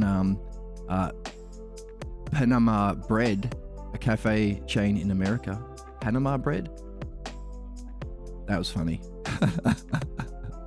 Imagine sitting down across from somebody who's mastered this, discussing what's most meaningful and significant and personal to you around all sorts of American strangers of all different ages eating croissants and drinking coffee. I found it very funny. Also, because I know that these people have no idea what we're talking about, and the usual reaction to the logos is to get mad about it. That's about the logos. So what's a Panama?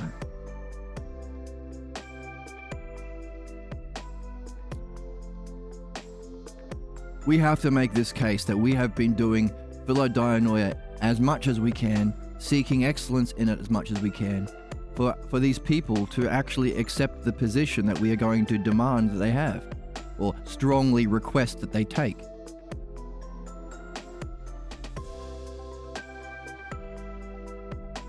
And they'll say, well, yeah, but fair enough, but you want me to sacrifice 20 years of my life on this planet to just help others? What about myself? Can't I dwell in the Isles of the Blessed like Socrates calls experiencing being? Why do I have to come back and help you guys out of the cave of ignorance?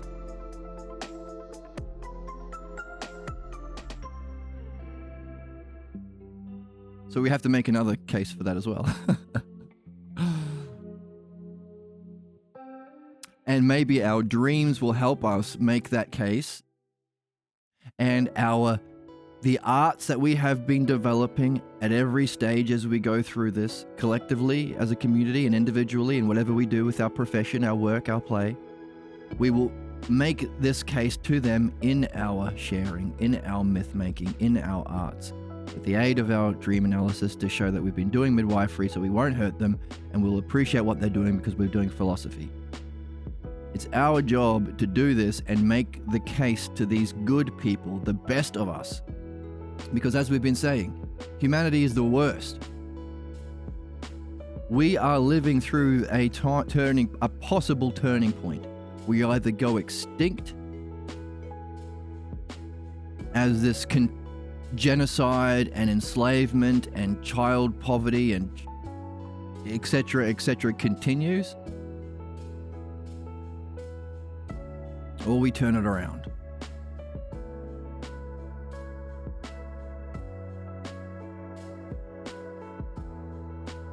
Are we the baddies? Yep. Are also the potential for excellence. Meaning, what's happening now is, especially with the internet age, we are seeing the worst of us. But as a result, just as this worst of us has been a giant counterattack to Socrates, the best of us,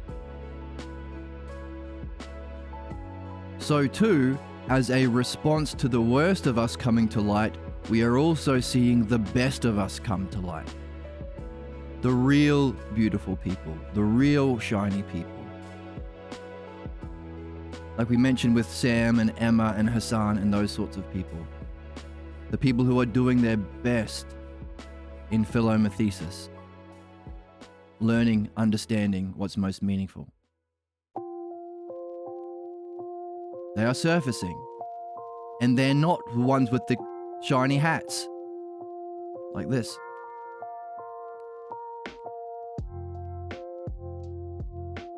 They are not the ones wearing suits.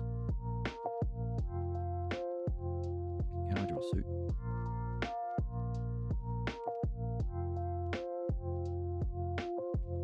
Their position that should be a position of authority isn't coming from any of this shapes and color bullshit, or people who are similar enough to our pathologos models from childhood, like Trump and Putin and Hitler. The best of us are emerging. We need to train ourselves to see it. See the beauty that shines from caring, from understanding, from sharing that caring and understanding. Recognize that the people who hate them are people who are the most ignorant. And the reason why they hate them, and they're first of all attracted to them, is because they are the people who are the worst of us, who are most in their pathologos. So of course, they are going to be the people fighting back strongest. All of the people getting sued by Hassan's friend.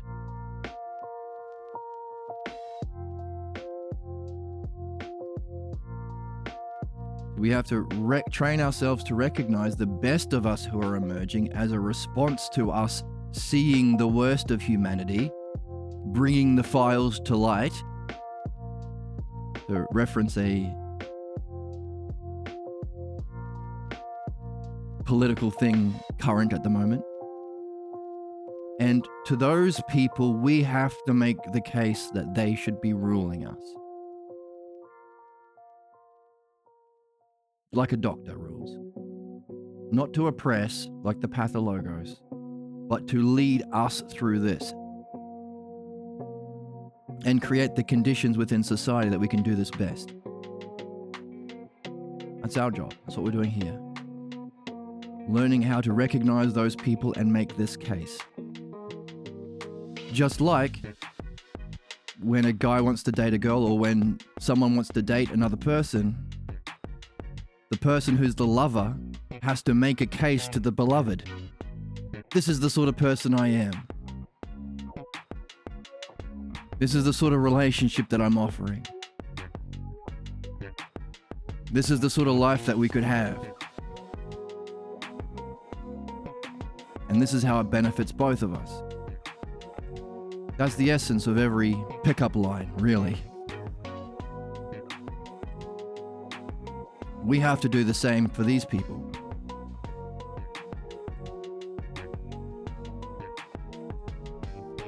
This is why we won't fight back like we did against Socrates. This is why we will value you the most.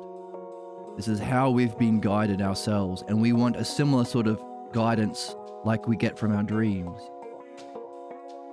And we want to put all of that together and share it with the world. to create this sort of life. The sort of life that we will depict in our movies, in our books, in our anime. This will all be our pitch to these good people that are emerging. And by the way, they probably won't recognize themselves either. Well, I don't have all the answers, and we have to say, no, that's the point. The point is, you're not supposed to have the answers. It's the people who claim to have all the answers that are tied to their ignorance. Because the answers don't come from us. They come from the self, through the logos, through pure being. It unfolds this way. Our job as people is to become curious enough and develop this way of being of Philodainoia to return, to watch, to have fun, to be in the flow state, both here and wherever we go when we drop dead. So our pitch had better be good. Ah, right, yes, the tug between the two opposites. Now the idea is to transcend the opposites of novelty to see that both the positive and negative on one level can be recognized as a whole from a greater level. So that's the pitch we have to make, and of 1, 2, 3, and share it with them 4. That's what we're doing here. Ooh, can you say more about that word? I'm not familiar with that word. Abraxas.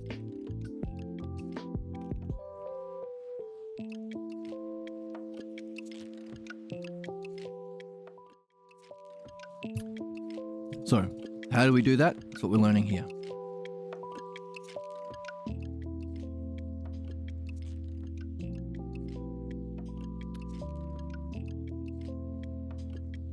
Ooh, nice.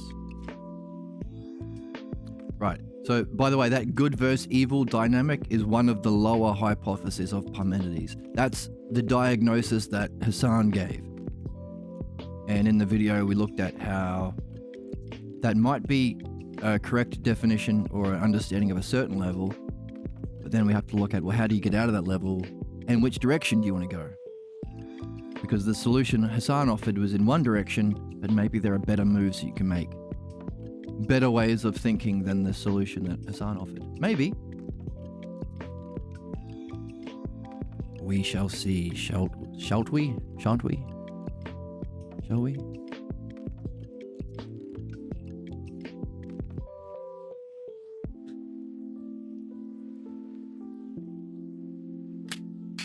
Because what we're seeing is all problems have nothing to do with evil.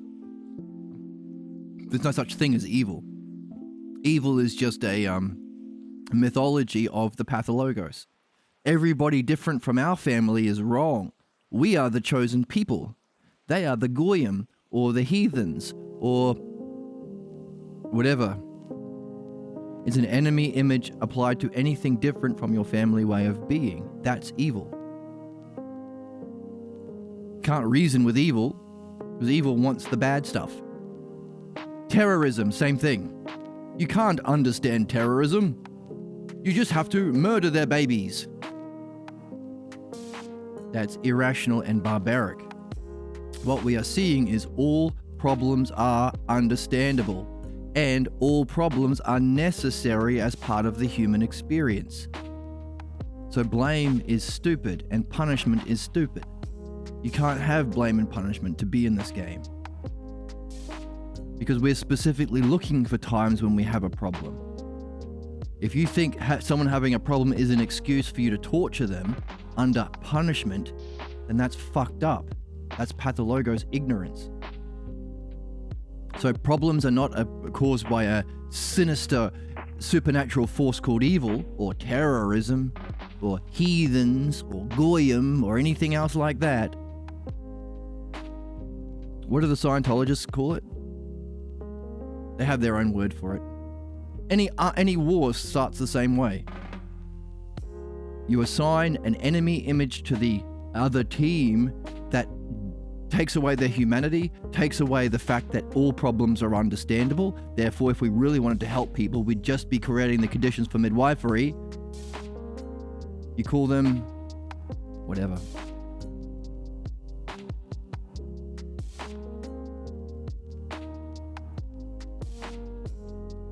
That's what we're seeing. We're seeing that there is well, that's the difficulty of the pathologos. If the pathologos is the cause of problems, keeps us bound to ignorance, rejecting understanding, tied to mythology that otherizes people. An enemy, it's called intimidation, by the way. Baby-brained. There's a problem, it's your fault. But aren't there many causes and conditions that cause problems? No, it's just you. What? How can it be my fault? Because you're brown? Because you're a woman? Because you were born over there? What? Baby brain. That's evil. Baby brain thinking. Problems, what we're doing here is we're actually understanding what problems are, the necessity for problems, and the intelligibility of problems. So, there are stages. Come with a problem. Number 1A. Number 2, you've defined what you thought was your problem. Now give a demonstration of it in your present. Give a couple. Number 3, or C, let's reflect on this over some time. It's a relationship. We do it every morning over coffee. When I say coffee, we all have coffee. It's a fun game that we play here. This is the fun game where we have coffee.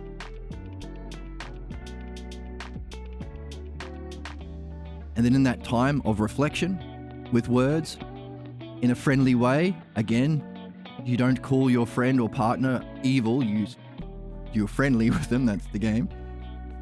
Then you'll see how that same problem manifests in different areas, your work, your play, your relationships, your gaming. And from that broader context or division, the third stage of the dialectic, there are only 4 in the dialectic, so easy. Certain key ideas will come to light. And then you have to synthesize those key ideas into a state of mind. Now you've got a new understanding of your problem. That's D, that's the conclusion. Remember, conclusion has 2 parts. Where's the dialectic up in here?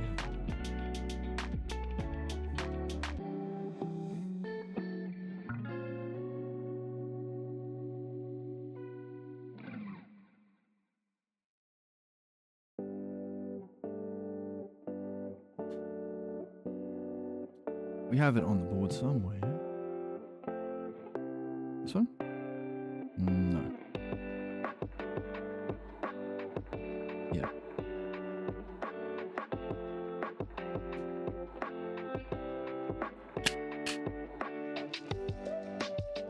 Coffee.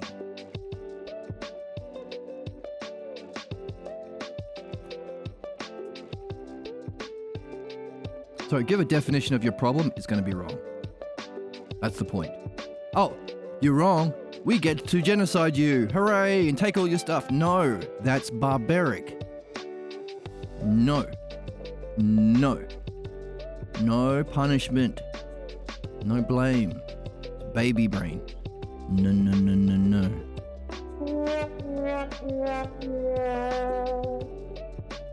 We want to be wrong. That's what we're looking for. How do you learn if you haven't recognized you're wrong about something? Aren't we here to learn? Or to roll up? Define your problem. A. Demonstrations of your problem. B. Divisions.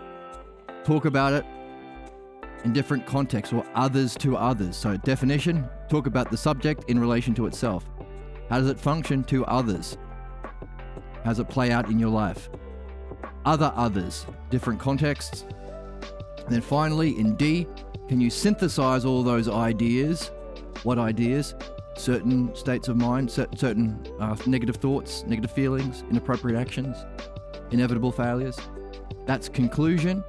From the divisions, others to others, you synthesize it into a single idea that unifies those divisions. and then you take it back to the start, others back to self, others back to your first definition. That's synthesis and analysis. So in D, you reflect on your first definition of your problem and you see that you were wrong. That's not actually the cause of your problems. Of course it's not. If you knew the cause of your problems, you wouldn't have a problem.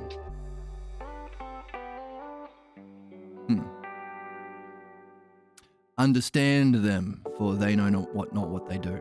Actually, they do know what they're doing. They don't know why they're doing it. That's the issue. That's where understanding comes in. Yeah, our parents knew what they were doing when they were crushing us. They knew that they were playing out a lie. They knew that they didn't actually know what it means to be good.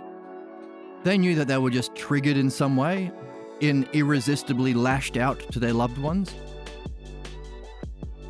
They didn't know why they were doing it. That's the issue. We're learning why it happens. So, yeah, it's universal. All.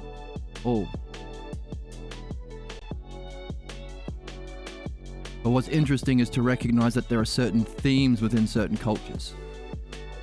There's a reason why Hitler appealed to the Germans. There's a certain cultural way of being that's usually not always, usually reflected within a lot of households in Germany. Equally so for any culture. That's called the milieu. We have an individual family pathologos, or we have an individual family way of being within which you develop your own pathologos, but that happens within a broader context of the societal pathologos, or the milieu.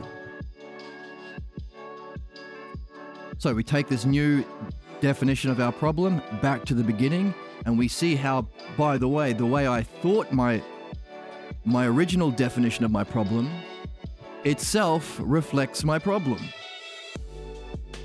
Our problems are contained in our thinking, in our words. That's why we don't have to play out the consequences of our ignorance to the destruction of human beings and our species.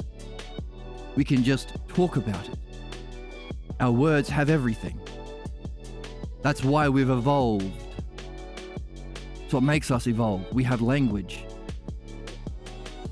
So we can see that the language and our thinking that first defined our problem in A is a reflection of the new problem in D. So this D is a conclusion, but it's also a new way of understanding our problem. So it's the new definition of the next category. We've leveled up. This is the hyparxis. So D is also an exploration of this new cause of our problems, as well as seeing how it was different from how we used to think. So we can be happy with ourselves because we've grown. We have had an experience of what it means to evolve or make change.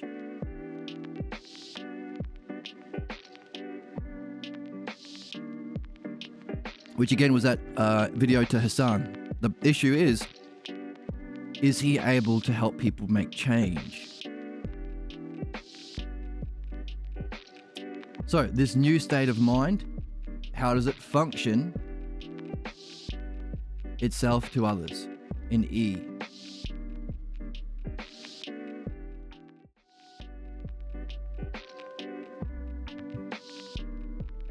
After discussing the role the particular state of mind is, oh yes, we just read this one. How does it function? It functions in your present. It also functions through your past.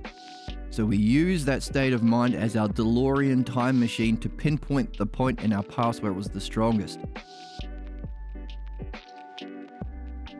So, if that is how it functions, then F should be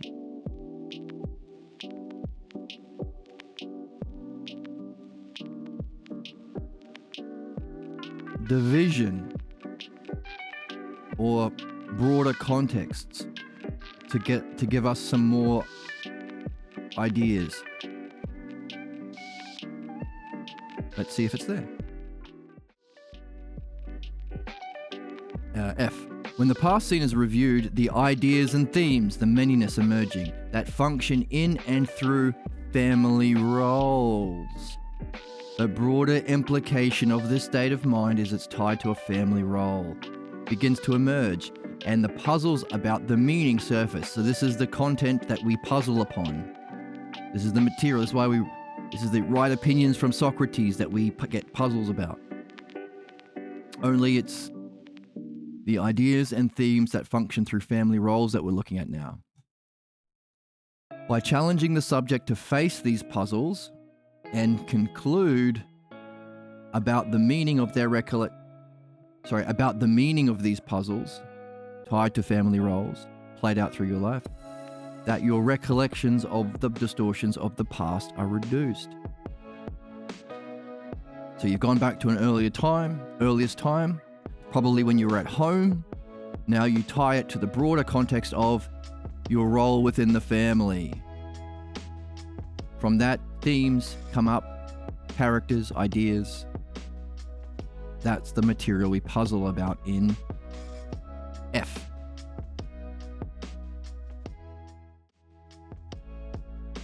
Which means from these puzzles,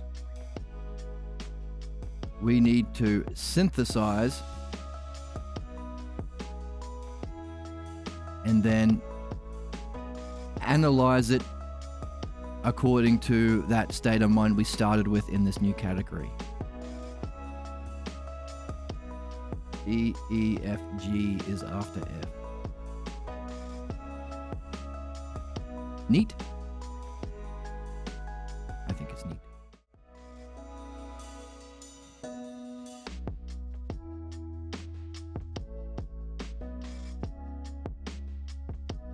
G. As distortions are reduced, a new way of perceiving the past becomes apparent. So what's interesting about this is, while the upgrade here is a new understanding of our problems, here we have a new, let's write that in, the upgrade or the Usia level up, the new way of being able to reflect on yourself. Every level of development is marked by a new level of Usia. Ultimately culminating in Usia itself and then beyond. So we have a new level of development marked by a new way of Usia. What's the new way of Usia here? It's a new understanding. We have a new understanding about what's actually causing our problems. And the thing about Usia is,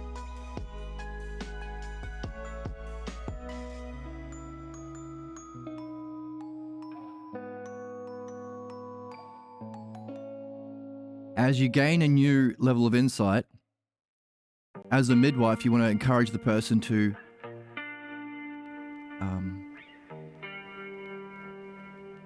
not just reflect on that new insight, but reflect on the activity you're going through itself. So Usia has two wins. It's a win-win. Loud enough? It's a win-win. It's a win-win. It's a win-win. So the new way of reflecting on yourself and your life is marked by a new way of understanding the cause of your problem. It wasn't what you started with A. It's this new definition in D. But also you say, oh, that's interesting. What do you make of the whole? It's a part and whole thing. That's the new Usia as a part. Therapist told me, program of the past and align the present.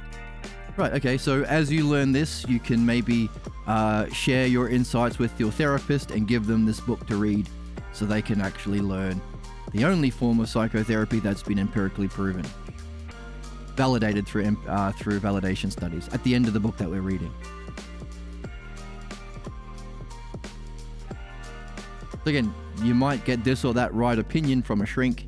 What we are gaining is understanding. Because psychotherapy currently is an eclectic tradition. The idea is we don't know what causes problems, so any old idiot can get a degree and just make up their own bullshit. take a little bit from here, a little bit from there, a little bit from here, a little bit from there. So if they happen to stumble upon the truth, we can say they've been divinely inspired, maybe. They got lucky. God smiled upon them this time. But again, if you understand the model, do you have to believe them, even if they have a PhD? Which stands for piled higher and deeper.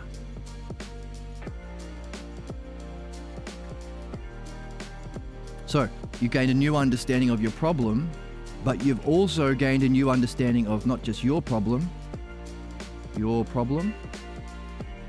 the part, but problems themselves, or what we say in Greek, self-problems. Problems themselves. The whole. Problems themselves are rational.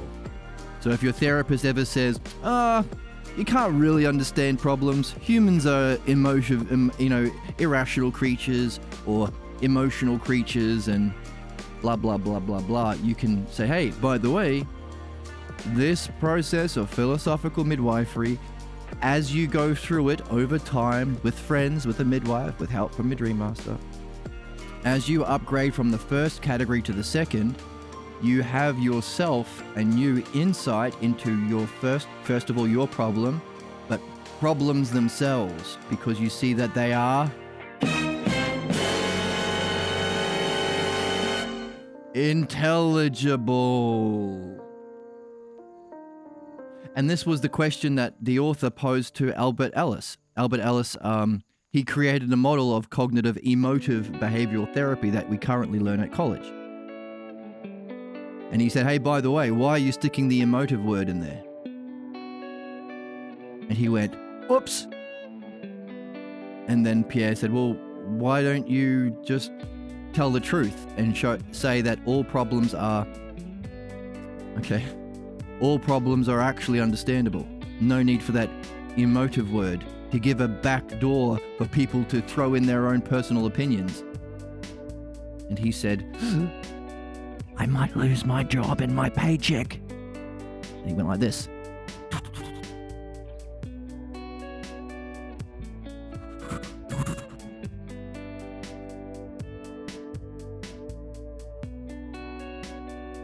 A lot of people did that, like Alan Watts in the first chapter of this book. So, our question is, as we move into the next of the 4 levels, into the division category of midwifery, that means what was the top of the last category, G, now becomes the opening of the next, a new definition. A new definition. We want to ask the question, what kind of ousia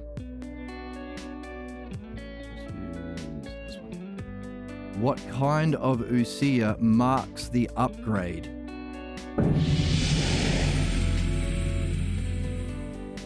What new way of perceiving yourself and reality is the marker of this leveling up here? Prior, it was a new way of understanding your problem and problems themselves. So what's the new upgrade that signifies the patient or the subject is ready for the next level? As distortions are reduced, a new way of perceiving the past becomes apparent. So we can take the principle of what we saw previously and ask the question, what's the new way of perceiving yourself? And what's the new way of perceiving self-problems? Your individual problem and self-problems, or problems as a whole, problems as an existing principle in reality that human beings share in. self problems, the honorific, like self-beauty, self-justice. So far, we've got a new way of perceiving the past. So the upgrade seems to be a new perception. Before, our understanding upgraded, but now our state of mind or perception, our seeing, has upgraded. Interesting. So what does that say about problems themselves? Don't know yet, we'll have to keep reading.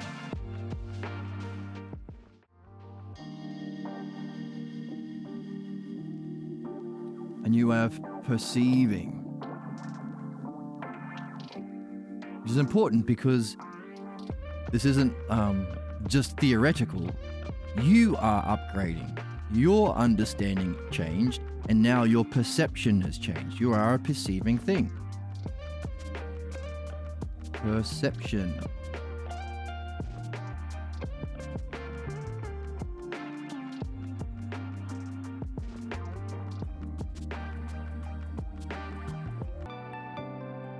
All right, I'm going to have to redo what I just said a little bit, so I was on pause.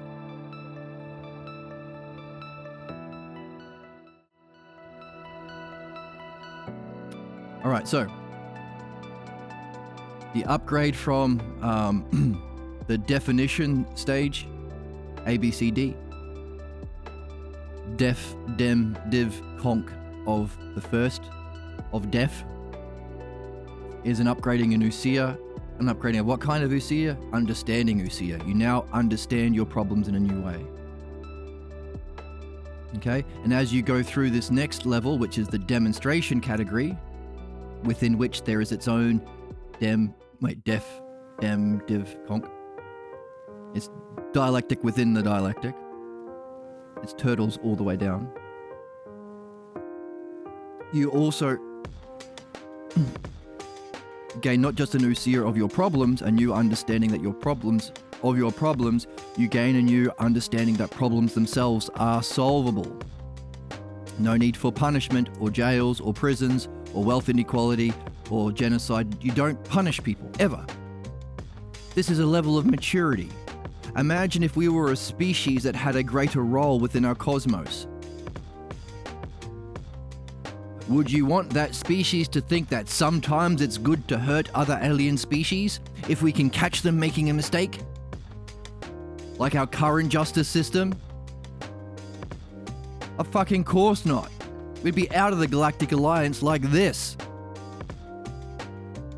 This first upgrade, seeing the intelligibility of our problems, is significant. Stage D. It puts an end to violence and oppression. To yourself, you never ever beat yourself up because your problems are understandable. Follow a rational, coherent structure that can be understood and necessarily has to come from somewhere. Not only that, if we have a role within, if our species is worth saving from the inevitable extinction that's going to happen if we do not pick up this game of Philodonoia. It can only be worth saving if we have a mature and rational way of being that can be coherent and harmonious, not only with other people, not only with our loved ones in relationships, not only with our environment, not only with all species, not only with our entire planet, but within all intelligent species, within all planets. Which means part D is necessary for your soul's development, but for our fucking race. If we have a role in the Galactic Alliance, or whatever it's going to be, we have to be at least at stage D. Recognizing problems are understandable. Otherwise, we're going to point our lasers at aliens that Donald Trump doesn't like, or Netanyahu doesn't like, or Hitler doesn't like, and fuck up everything. No need for punishment, no need for war, no need for any of that shit anymore. Is the upgrade that you experience. It's no good just hearing it from me. My hat isn't even big and pointy enough for you to believe me. But also that level of development, a new understanding of your problems, and as you go through this category, recognizing that problems themselves are understandable. Two kinds of usia, one to you as an individual, one to problems themselves, or the many and the one, the parts and the whole, marks this upgrade. Now you use that new understanding of your problem to do what? Trace the actual cause of your problems, a certain state of mind, through your past. How does that actual cause, the new definition, function in the earliest scene? Or through in the past, like find the biggest earliest scene, of course, that's one example of it. But then in F, look at many past scenes, division. Find the themes and ideas that emerge. That's the manyness that evolve, that surface. Tied to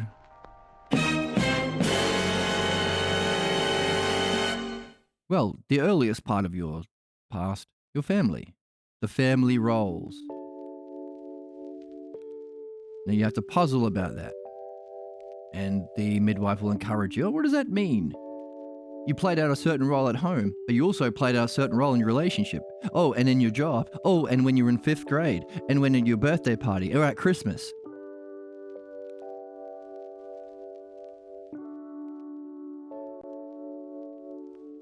And as they do that, they will suddenly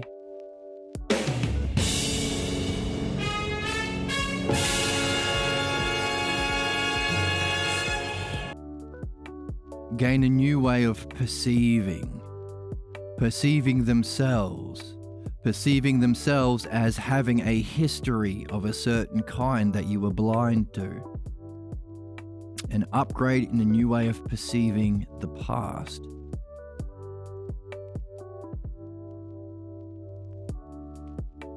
That upgrade, that new ability to perceive your past that you were formerly blocked from, becomes the new definition of division.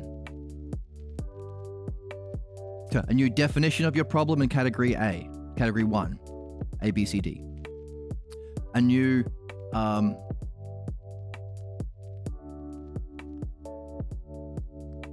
way of functioning as a result of the second category, D, E, F, G. New way of functioning. What's your new way of functioning? You can perceive the past now.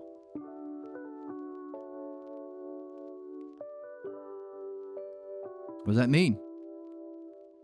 What does it mean about problems themselves? What does it mean about humanity itself? What does it mean about perception? States of mind. Can states of mind change? We saw in the first upgrade that understanding can change. Can states of mind change? Can our ability to see things change? Can we learn and level up and grow as a species from what we were blocked from seeing? What we were blind to?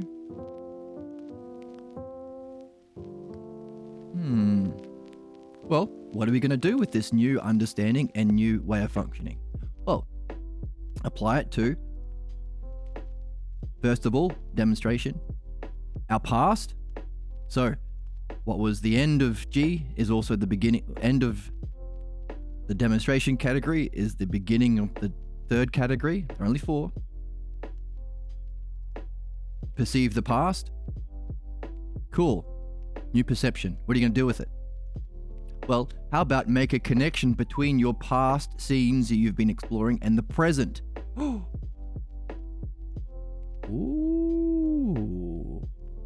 What a way of functioning with this new perception.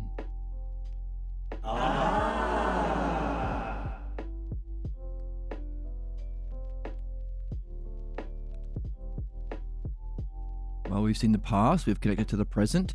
How about you in I go out and apply these connections, hypotheses as solutions, as possible solutions, and authenticate it in your own experience. It's not a belief game. Go out there and get a better future.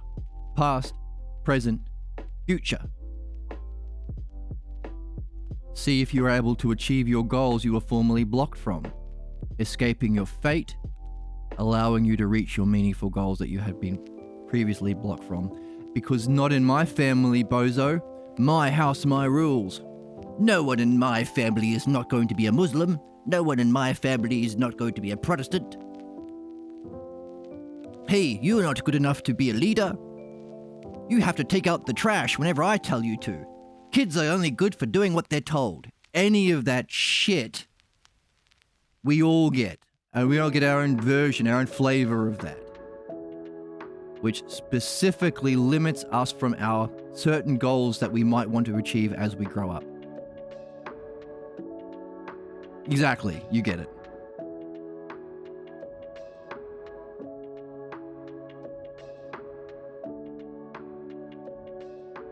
So, division. How do you apply it to your past? G. Apply it to connecting it to your present. How does this, your past experience within your family roles that you can see now playing out through your history, what conclusions can you make? I go out and apply them. That's part of the game. If you want a model for how to apply them, we can use our model of Philodynoia.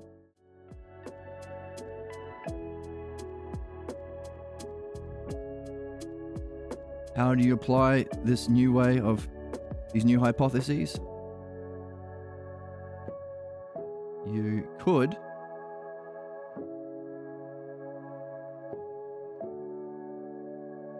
go back to that Plato book we're reading. The Balboa translation of whatever Plato book you've got your nose in. See if you can read it better. I was blocked from it. I didn't think it was worth reading the Balboa version of Meno or Plato or any of them. It's more important to do a physical thing, like my dad telling me to take out the trash every day or whatever. Blocking me from doing something that's not physical. Or maybe I was blocked from pursuing something because I wanted to do it. My dad or my mum doesn't benefit from me reading a book. Books are for idiots, says my mum. I need to be a good worker. That's how you show love. Oh, now that I've seen that play out as my problem through my past, connected to a family role, can I now get into my reading? Can I now master midwifery better? Midwife my loved ones? Can I now do dream analysis better? I never thought it was worth recording every dream I have in the morning. Pwah, what a waste of time, says my mummy or daddy. How can they benefit? How can I be a nice Cinderella in the house and obey the priest kings of our parents? Oh, maybe you might be able to do better dream analysis. Maybe you'll start recording your dreams. Maybe you'll start transcribing your audio from your dreams. Maybe you'll start reviewing them. Maybe even with a friend.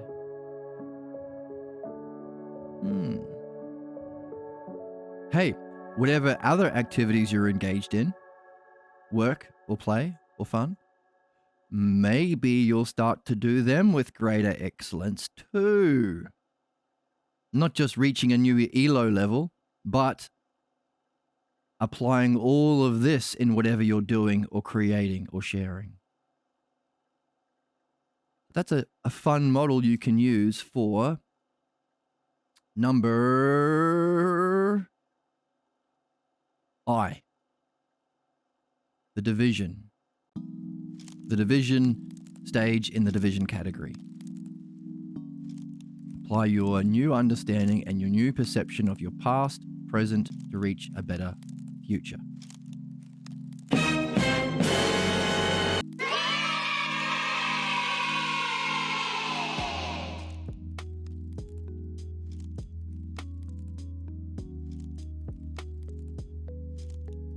So from that, we need to come to a synthesis.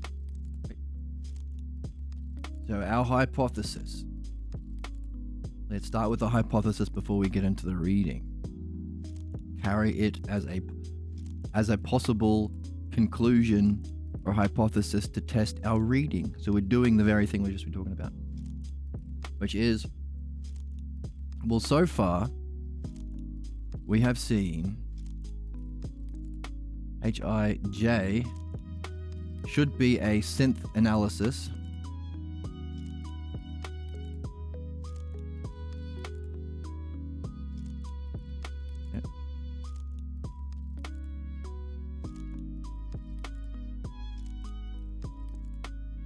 That will itself be a new upgrade. There'll be a kind of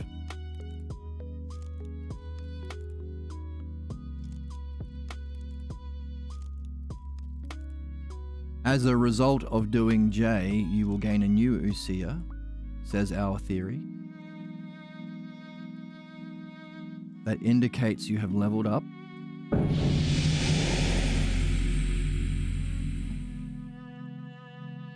What kind of Usia do we get? Making it the beginning of the next stage. Let's go.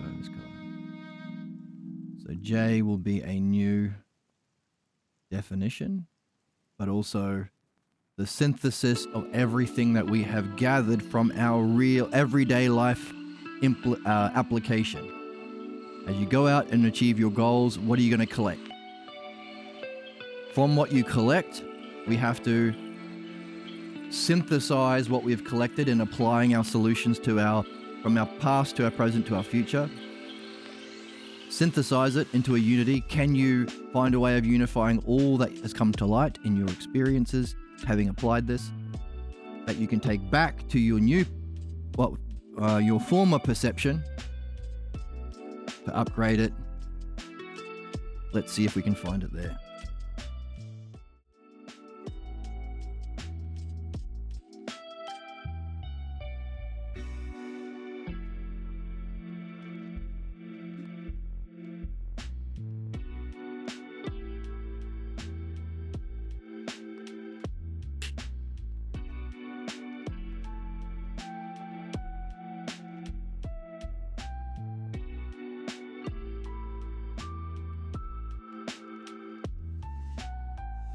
It now becomes an important part of nearly every talk for the subject to ponder why they accepted and believed this self-image.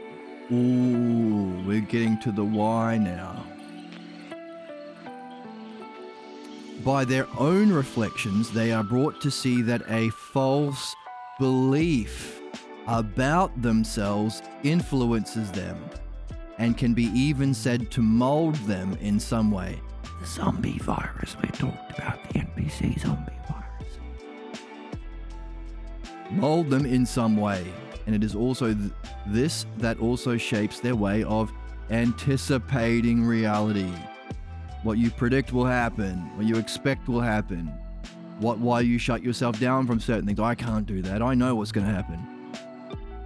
Our projections.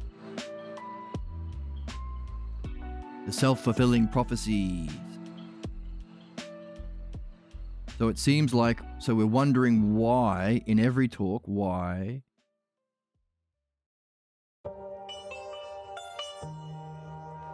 we believe this self-image.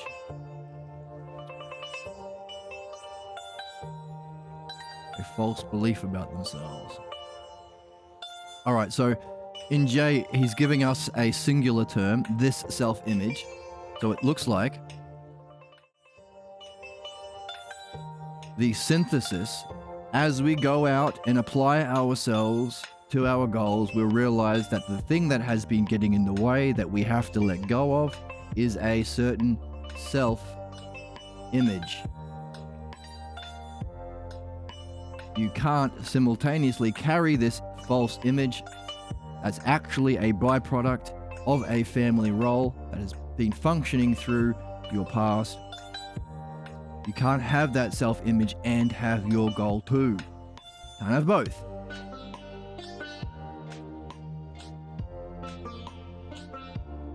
You can't be a vet and also believe that cat and dogs give birth to kittens and puppies when they have sex with each other. interspecies. That's not how it works. You can't have both. You'll be a terrible vet. You try and make cats and dogs mate each other. You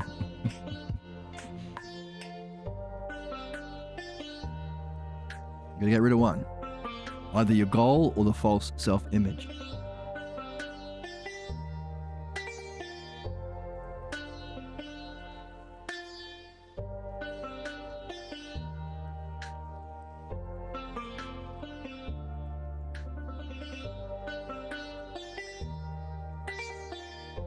A false image, and we ask, why was it believed?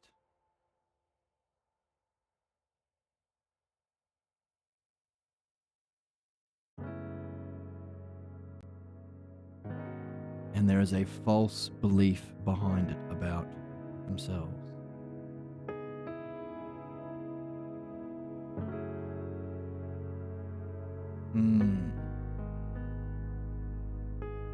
So we are wondering about why we believe this self-image, so we can recognize, oh, hang on a second. The thing, by trying to reach my goals, I realized there was a self-image about it. In J, or in I in the division. And as you come back from your experiences, you were reflecting on it. Hey, by the way, how did it go? Applying your hypothesis. Yeah, it went okay. There seemed to be these problems, but I was able to apply these conclusions, these hypotheses, and each one of them was a letting go of a self-image. So now, the next stage is, let's wonder about this self-image. Why was it believed? And what was what is the false belief about the self that's causing the self-image? So there's two. There's some cause, the false belief, and there's some condition.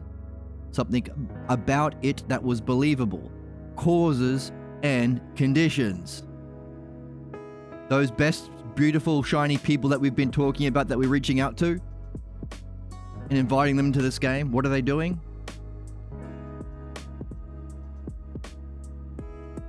They are doing their best to address the causes of problems, wealth inequality and so on. Or rather, no, the cause of problems like, I don't know, not having healthcare, not having job security, etc., etc. And the conditions for those causes. Monopolies over the media, capitalism, wealth inequality. The causes and conditions of problems that they are engaging in a self-reflection of, that makes them the most best among us, shining with the beauty from the self, that can confuse and perplex people who are not able to relate and see that because they are most blocked from their pathologos. So they are the haters. What do they call them? The Grubers or something. The fascists, the Nazis, the sexists, the MAGAs, the conservatives, all of these people, the tyrants who set up concentration camps to hurt the best of us,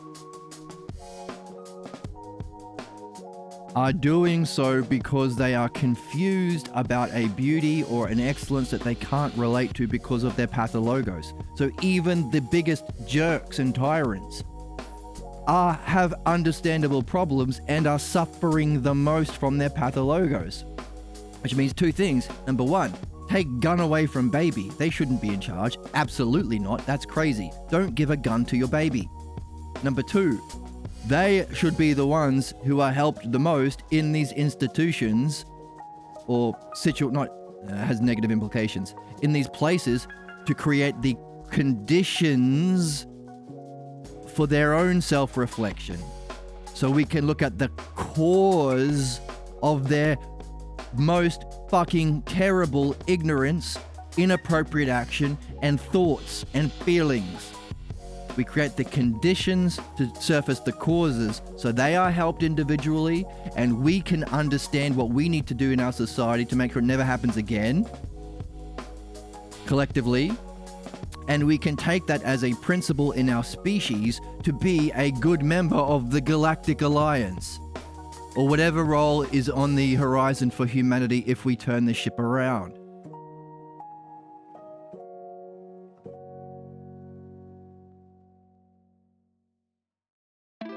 Simple maturity. So, those people who are the best of us that we have to make the case for, that we are doing our best, so they should be the leaders in this future that we need necessarily, are the people who are doing their best to examine the cause, the false belief, and the conditions. Why was it believable? So J, the synthesis. The synthesis is the self-image. The synthesis of all of the hypotheses you have been seeing about what causes your problems. You have an image. It stars in your thoughts. It stars in your fantasies. It stars in your tangents. It stars in your dreams. It isn't you. That's why they're all negative. It's playing out the implications in thoughts so we don't have to play it out as a species and fucking kill each other. That's the logos. That's the stakes of Philodianoia. And at J, you've realized it for yourself.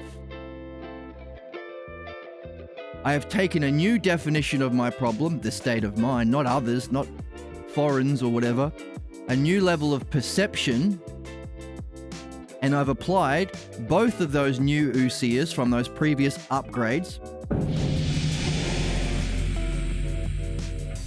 unify it together and realize behind all of it is a false image of myself, which is fascinating because in philosophy, the ultimate goal is to know thyself, which is beyond even the enlightenment of the brilliant light of pure being, beyond even the experience of eternity, is something experiencing it, thyself. At J, we have synthesized our, and you can only do it yourself. You have to put it out into experience, which is fascinating because it shows the necessity of playing out our ignorance in time and space for you to go through that upgrade of understanding, to go through that upgrade of perception,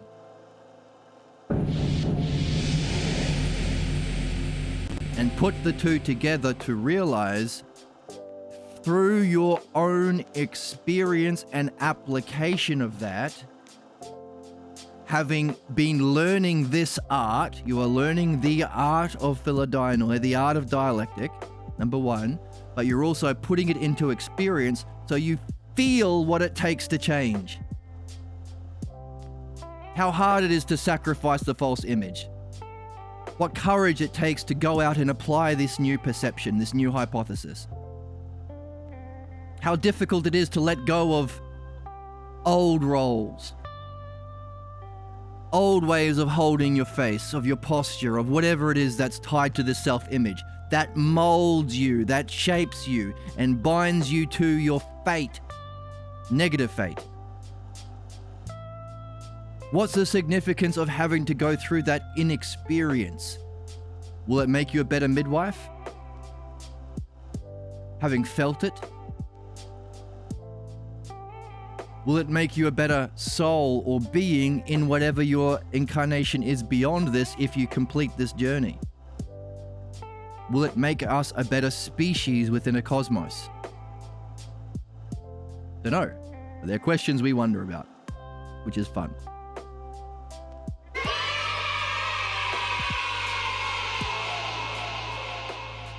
So it seems that the synthesis is the self-image, and the analysis,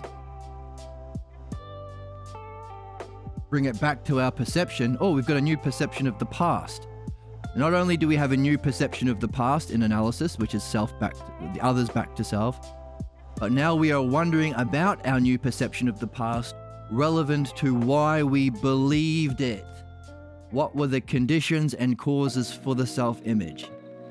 What was the false belief and why was it believable? So again,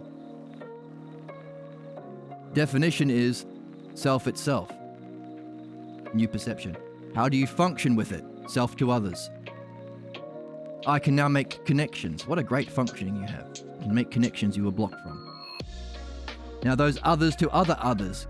Apply these new connections to other contexts. Go out and reach your goal. Others back to self. Well, the first other has to be a synthesis. What is it? A self-image. And apply it back to the self that you started with. So not only do we have a new perception of the self, we have leveled up that new perception. Not only do we have a new perception of the past, we've leveled up that new perception. Because we see that behind whatever that past was, whatever that family role and that family dynamic was, there was something that created the conditions for us to believe the cause of our self-image, our false belief that's behind our image. That stars in our thoughts, tangents, fantasies. That's a big one. What are you attracted to? What do you try and force your partner into doing? By the way, this isn't a forcing.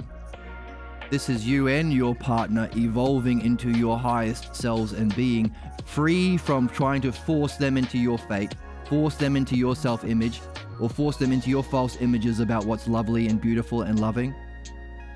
You are creating the conditions and causes for them to flourish and flower into their true selves. A relationship bound by a love of understanding. Because the other idea of love is this one. The pathologos one.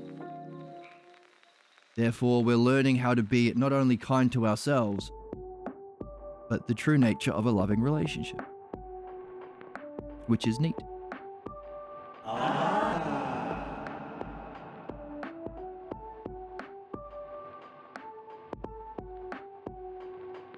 So what's this new ousia? Seems to be, I have to keep reading to see, it seems to be a wondering. It's not a new definition, it's not a new perception, it's a state of wondering. What? Wondering, isn't that like an empty state? I thought knowing was having all the answers, like Donald Trump. The most beautiful answers, the most beautiful everything, everything's the best, everything is awesome. Completely misusing all of the words of philosophy, beauty itself, justice itself. Like the Stoics do, by the way. Okay? What's our upgrade? What signifies our level up and our ability to progress to the new stage of philosophical midwifery? A kind of wondering about the cause of our false image, the false belief, and the conditions necessary for it.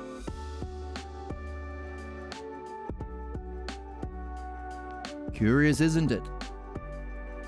That the hyparxis of the lovers of learning, the most beautiful content creators out there, the most beautiful people out there, the people that you really want to be around, are people who seem to be wondering and sharing that wonder and reason and putting it together and creating conclusions or hypotheses or solutions about the causes and conditions about what's most meaningful to our lives.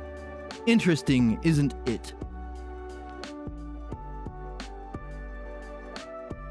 Does it help us know who we're looking for so we can make this argument? Please use this art to turn around and help the rest of us.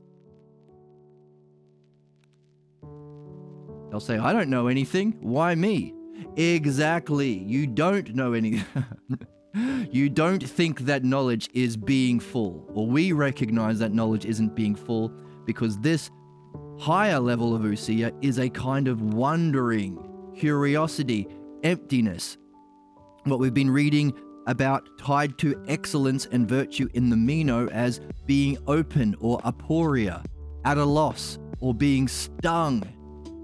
I'm stung. I don't know. I'm just completely out in the ocean, stung by a stingray, unable to move or talk or do anything. I don't even know. Socrates said, if you are mad at me, awesome. Then you're in the right.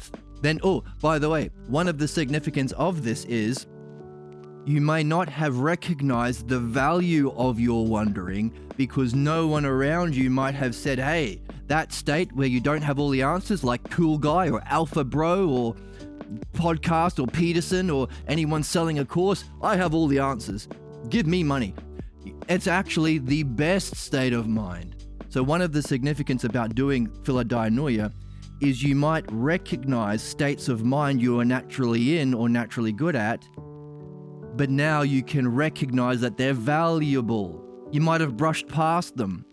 They might have come up in your dreams and you wouldn't recognize that this was a high experience or even an enlightenment experience. Wow, imagine that.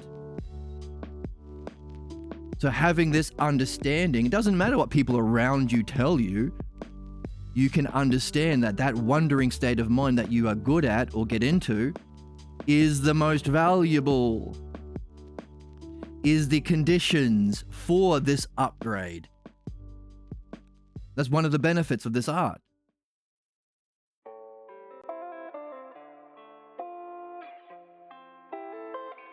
Now wonder about that for a moment.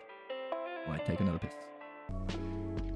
Alright, so we're talking about this new upgrade of Usia, wondering about the causes and conditions about the self, or rather, the self-image here. And we're talking about how it's different from what people normally sell themselves as being a knower based on. I have all the answers. Look how knowing, look how full of answers I am. Here are the 10 rules for life. Or whatever Tony Robbins used to sell. I think he's passed out of the public sphere now. And Socrates says, hey, if I've asked you a series of questions to get you puzzled and curious about what you thought you knew way back at the start, what you thought you knew about your problem, number A, give a definition about your problem,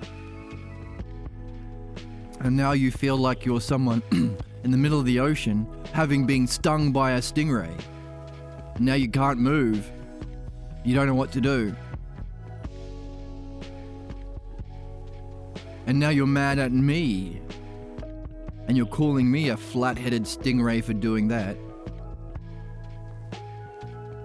Well, here's the deal. I will accept that if you recognize that the stingray has only stung you because the stingray himself is full of being stung. It's only in my state of being stung that I have stung you. So I am even more full of stungness.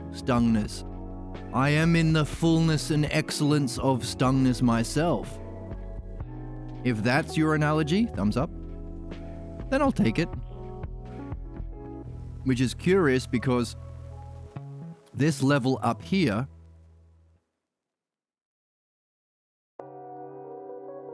to the final category, the fourth category,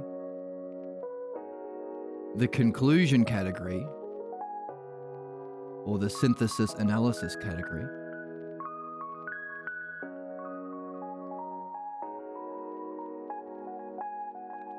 synth analysis, or the conch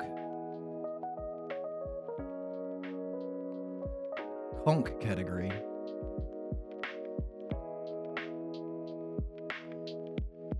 our new definition is a self-image, and the new Usia marking that leveling up transition period into this next level of philosophical midwifery, the most important thing we can do as a human being. The most important thing we can do as a human being. Yippity yippity yippity yippity yay. Yippity yay yippity yay yippity yippity yippity. That doesn't make any sense. And I am not paused, so that's going in the recording. Whoops.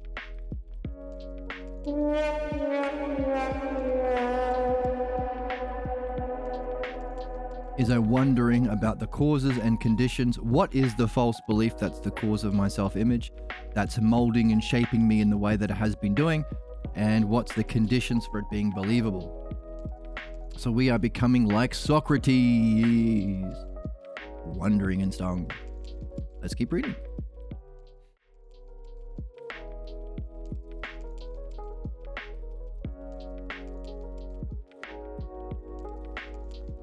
Cheers.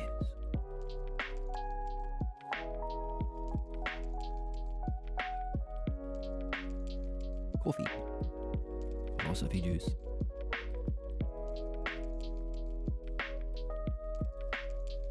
Now I'm thinking of big juicy things because I said philosophy juice.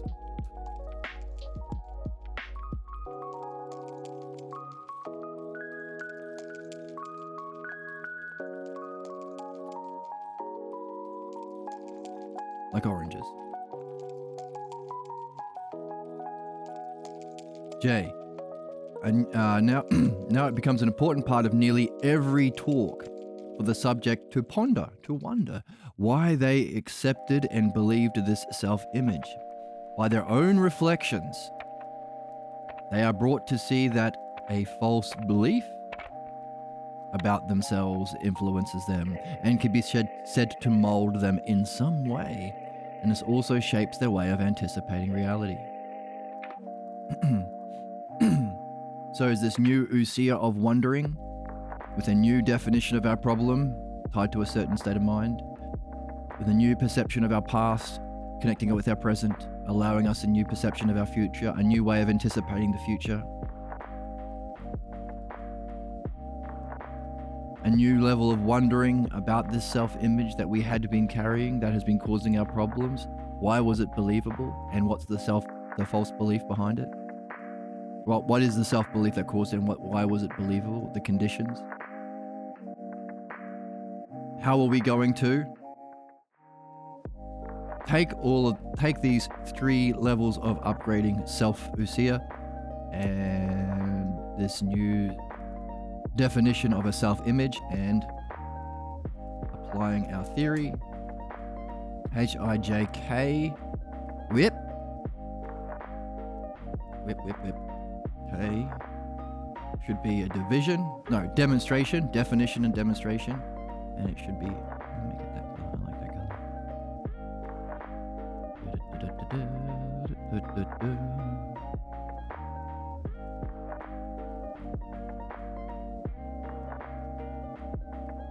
Demonstration. What's the definition? The subject in relation to itself. What's the new topic? Whoops. How does it function? Self to others.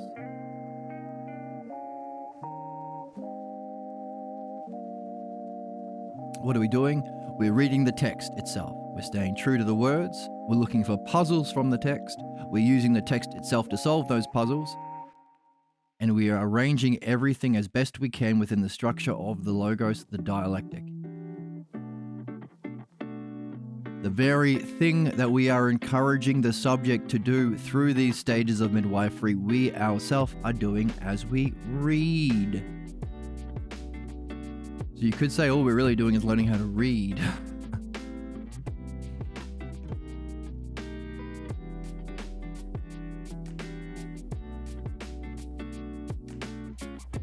Demonstration. How does this new definition, this self-image, and this new wondering function? Let's see if we can read it in the text.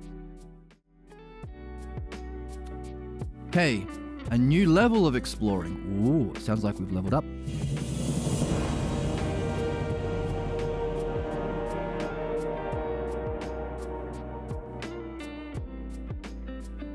A new level of exploring occurs when connections between problems are sought. So we have seen a few different problems. We're going to connect them. When their interlocking effects are made visible, and when each is traced to encounters with significant persons in one life. I'm leveling up faster than I do in Skyrim here.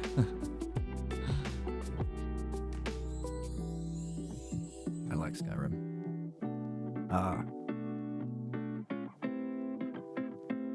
A new level of exploring occurs when the connections between problems are sought, the interlocking effects are made visible, and when each is traced to encounters with significant persons in one's life, for the dynamics of a personal problem become visible when the problem is seen not only necessarily occurring when it does, but having a force that shapes the dialogue session itself.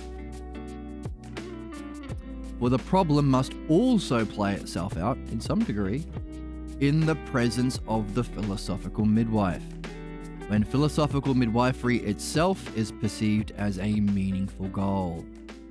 And we've been saying it's the most meaningful goal, so watch out everybody, it's going to happen in the talk itself.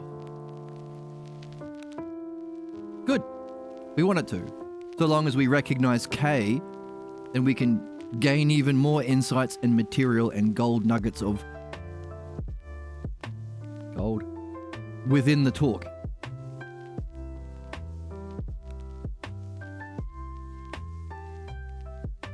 So how was that a demonstration of this new definition of our problem, a image of the self?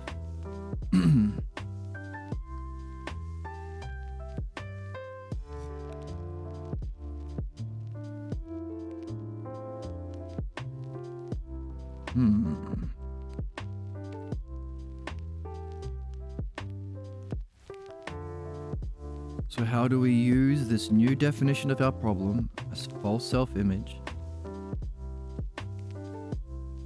How do we use that? How do we function with it? Connections between problems are sought. Okay, so if we're looking for connections between problems, we have to see that maybe the self-image is what connects them together. Interlocking effects. Do they all work together to generate this false image of the self? Traced to encounters with significant people in one's life. So certain times in our life when we are with people we consider most meaningful or beautiful, does it play out then? All the way back to our first models? Therefore we see that of course it comes up when it does. These are the most significant people in our lives to date, so that's when they will play out. Maybe? And the midwife themselves is an important person. So now we've got the people-to-people element to it. The midwife is a person. If they are a meaningful person engaged in a meaningful activity, it's going to play out there. Other people in your past have been meaningful. It's going to play out in relationships, specifically. Earliest relationships. Key teachers, key figures.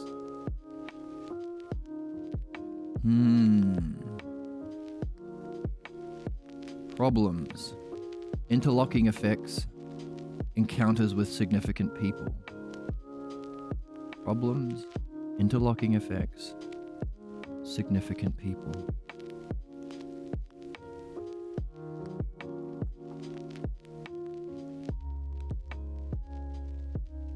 How is this the functioning of a new self-image? Or rather, a discovery of a new definition, a self-image behind it all that molds and shapes us in a new level of perception and definition, coming together into a new state of wondering about the cause, the false belief behind the self-image, and the conditions for it.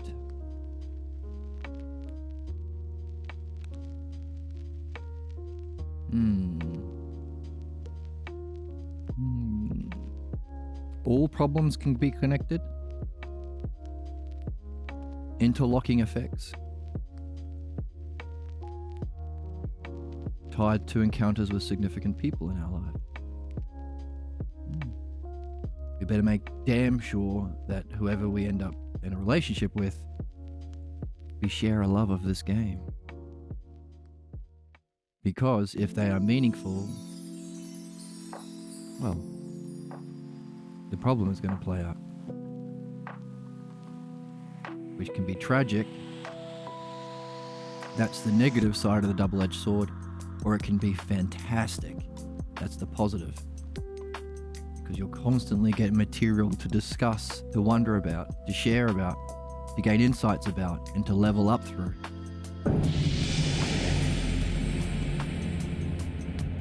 double-edged sword of being a human being. This is a puzzling one. Let's keep reading.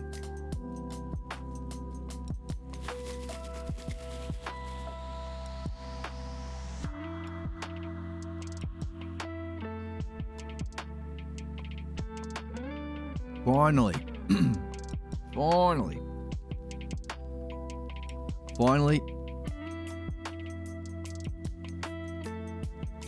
Finally, there are those who recognize that their more mature and significant goals are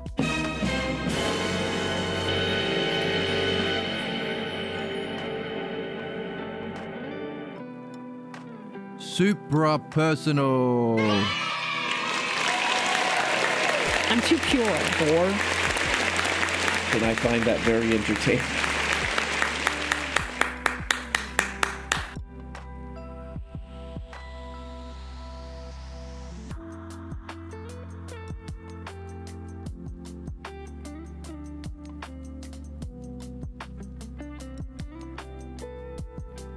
We are speaking about maturity. Their more mature and significant goals are supra-personal, beyond the individual, beyond your personal self-image. Requiring them to focus on what is called a self-actualizing process. So the self that we are actualizing is not this image. It's not even individual. That's interesting. Or simply, philosophical goals.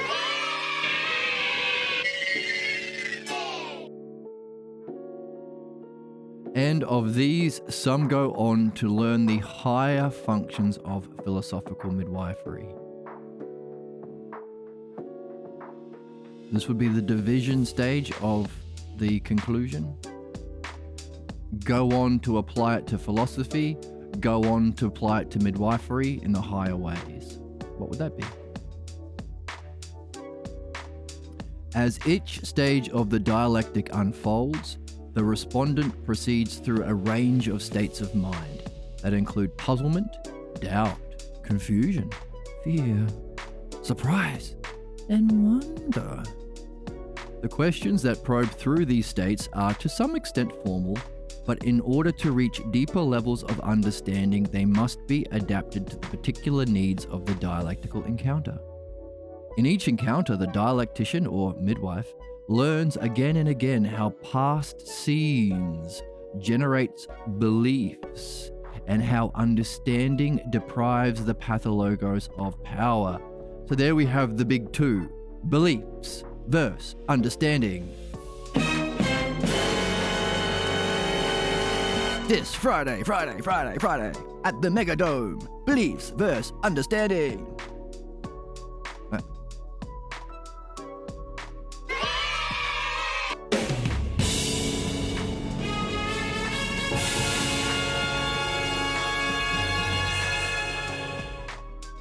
You yourself as a midwife, by going through this process, will see again and again how past scenes tied to family encounters, not just that, but playing out specifically with significant people in our lives, necessarily so, shaping our idea of our image in the present, binding us to a certain future. That is what generates beliefs. So any politician or authority figure that says, well, I believe, we say, fuck off with your belief. Why? Beliefs are generated from past scenes that we have not yet reflected on, that binds us to a negative self-image, that molds and shapes us in our life to repeating cycles of failures, inappropriate actions, negative states of mind, binding us individually and collectively to ignorance and suffering. So fuck off with your beliefs. Fuck off kindly, sir. Instead, what do you understand to be true? well, I believe, no. Have you ever gone to a doctor and said, well, I believe that when, no. Have you ever gone onto a plane and your pilot says, well, I believe that today I'm, no. What do you understand? Understanding deprives the pathologos of its power. This whole activity, therefore, has been an activity of understanding. No wonder we call it the love of dianoia. Philodianoia, the love of understanding. The cycle of inquiry. So we're replacing one cycle with another. The cycle of our repeated tragic problems in our life with this kind of cycle. Not only that, a cycle that has been playing out with significant people in our lives, in our relationships, over and over, the same fights, the same drama, the same fears, the same doubts, the same, you name it. We are replacing that with a different cycle in our relationships, a cycle of inquiry, reflecting on our problems, authenticating it in our own experience. This is the process that brings to birth those beliefs that can be judged as true or rejected as false. So in the same process, we might also be giving birth to our higher beliefs that we are here for. Those self-actualizing ideas. Not beliefs. Wouldn't be beliefs though, would they?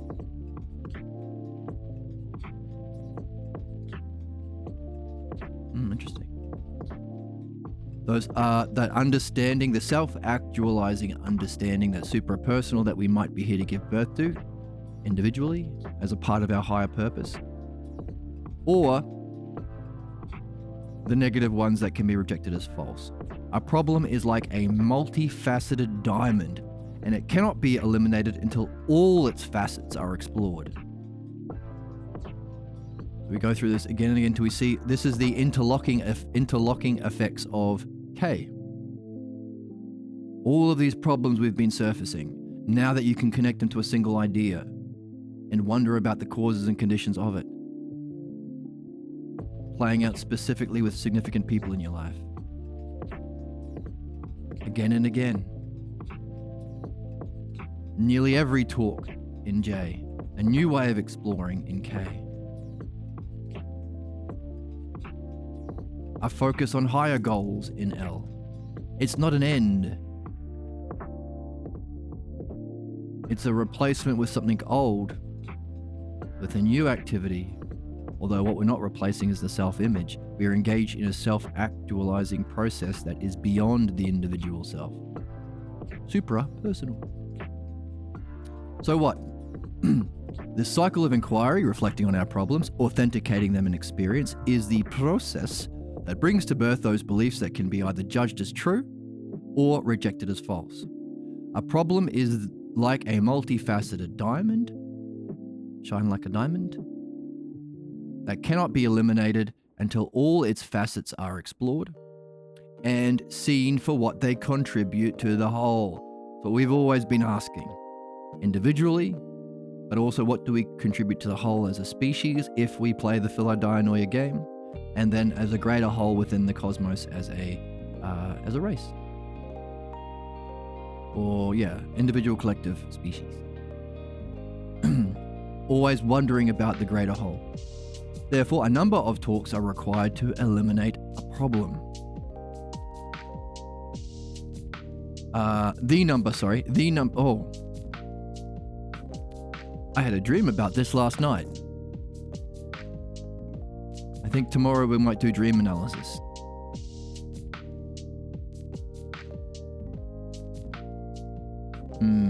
Interesting.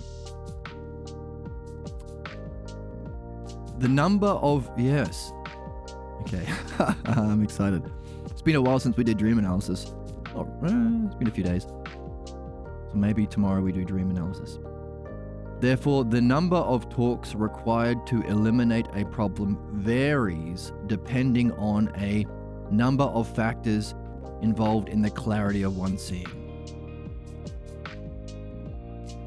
How fast do you want to move? Or as we said in chat, how quickly do you want to level up? Do you want to power level your Skyrim character? Do you want to make all your relationships about this? Or do you want to have some goofballs in your life who are going to drag you down? Are you going to play into old fantasies or use that power, that attraction, to level up your being into higher and higher levels of functioning in your relationship?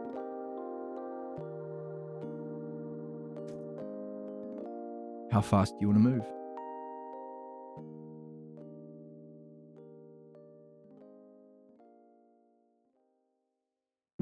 The number of talks varies depending on a number of factors involved and the clarity of your own seeing. Who do you want to connect with? This process naturally introduces us to a new kind of understanding. Philodinoia, maybe we can call it philodinoia. And reasoning. Naturally. Freeing us from what formerly kept us a shadow of what we are. We have been living a shadow life in the shadow realm of the shadow people. Depending on how often we do this, how much we work on the clarity of our seeing, how much we read without interpretation and practice that, but how much we play this game, we are unshadowifying ourselves. From a new kind of understanding and reasoning, freeing us from what formerly kept us a shadow of what we are. And since this process is the Socratic tradition, it deserves the name of philosophical midwifery. That's where we got the name from. And those who practice this art are philosophical midwives. Hooray for us.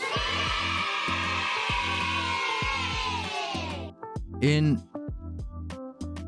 Plato's Theaetetus, Socrates describes his art of philosophical midwifery. And while he notes the analogous features it shares with midwifery, he also describes the essential difference. What's the difference between this and midwife and babies? Socrates says, this is my Socrates impression. He would say, but the... Stay a while and listen. But the greatest thing about my art is this, that it can test in every way whether the mind of the young man or woman is bringing forth a mere image, an imposter, or a real and genuine offspring.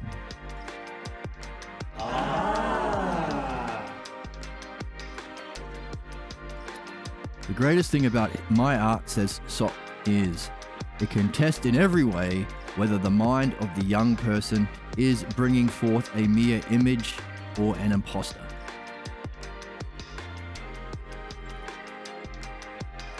Or, spoken like Yoda.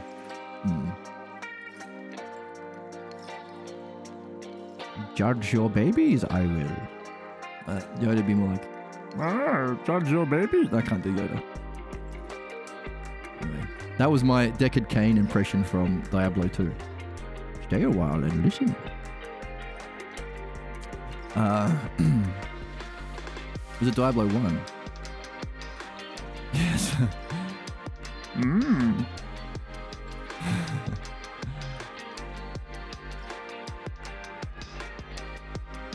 I'll try it.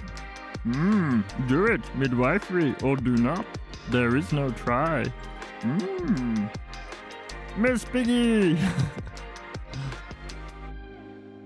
The greatest thing about my art, says me seriously, is that it can test whether you are bringing forth an image or imposter or a genuine and real offspring. Now, those who are familiar with various different... Yes. Never thought about that. Hope no one samples me. Ew, yuck. If you're familiar with different traditions like Zen or Buddhism or Taoism or Hinduism, or read any books that describe that, like there are some good books by O'Brien on yoga and different things. They talk about the role of the guru within those traditions. Now, they say the guru's job, or the guru's earns his salt, not for his ability to cook the rice, or how well he can garden, or how well he can sweep up at the ashram. The only role the guru essentially has at these places is to judge whether a state of mind of a yogi or meditator is genuine or not. Why? Because the mind is so powerful that it can create an image or an imposter of any stage of enlightenment or any higher level of cognition. So the guru's role is not for those other things, but simply judging the real from a wind egg. Which is interesting because that's exactly what Socrates describes as the greatest aspect of his art. He can help this process of asking these questions in this general map, adjusted to fit the needs of the individual, to fit the needs of the situation, of the specific dialogue, requiring more or less depending on how well you want to play, or how fast you want to play, or how clear your seeing is already. And then, when you give birth, is it a false image of the self, or is it a genuine one? Making philosophical midwifery greater still than midwifing a baby. About a wee baby, like this. Interesting. Parmenides, the guy that we've been talking about with the hypotheses, was said to have functioned in this way according to Proclus, when he helped Socrates rid himself of false ideas. So as we've been going through these stages of the dialectic, the hypotheses of Parmenides is the same dialectic applied to all of the different stages that you can go through. So we were talking about earlier, like nihilism and materialism and stoicism, all the isms, all the way up to where we are, groupthink, and then beyond that where we can awaken connection to logos, ousia, and self. 3, 2, 1, blast off. Oh, and there might be a level beyond the first. Maybe? Let's wonder about that. So that's the Parmenides we're talking about here. Proclus was another teacher at the academy after Plato, another Platonic philosopher. He did a lot of work on the Platonic dialogue, so thankfully we have some of his that have been left unburnt by the so-and-sos who counterattack. So Proclus is a fun guy. Maybe, yeah, thumbs up. Maybe we could get into reading him at some stage down the line. He's a fun guy. Fun guy. When he helped Socrates rid himself of false ideas, Proclus says that therefore Parmenides was being a midwife too. In Plato's Symposium, which is the yoga of beauty and love. Ooh la la. Disgusting. I'm so disgusted. Stop it. We could get into reading that too. We have a Balboa translation of that, which is neat. Meaning we can actually read it properly and look for the questions. bring forth the material, to puzzle about it in a certain way and find the solutions and test the solutions as our own yoga. We have to be doing midwifery as we go along, because at every step of development up the yoga of love and beauty to, where do we go? We also have the false idea of the self that comes up. So that would be required. We'd have to judge whether each level of perception and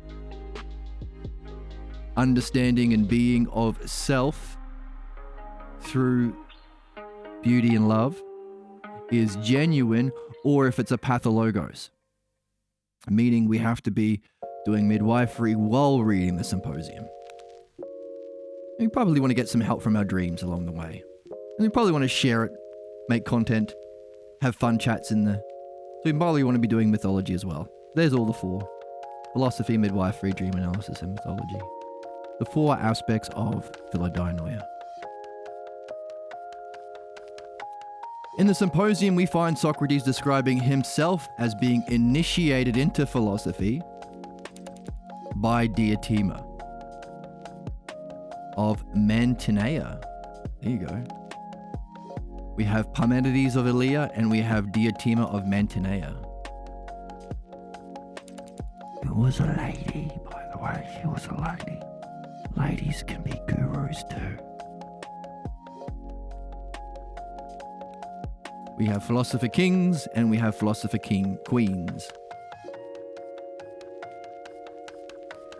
So, this philosopher queen, functioning as a midwife, initiated Socrates through this yoga and therefore functioned as a midwife. This art of reflecting was brought to a profound level during this golden age. We've been saying, all we are doing, this isn't one philosophy among many, this isn't an opinion, this isn't even a belief. This is just what happens if you use your mind to know your mind properly. And therefore, it's also not us figuring it out, we're just learning how to read. Because what we are doing is recovering our inheritance, our golden age, before the dark ages. The counterattack. This art of reflecting was brought to a profound level during this golden age of Socrates, Diotima, and Parmenides. And the essence of it was grasped with the expression that the unexamined life is not worth living.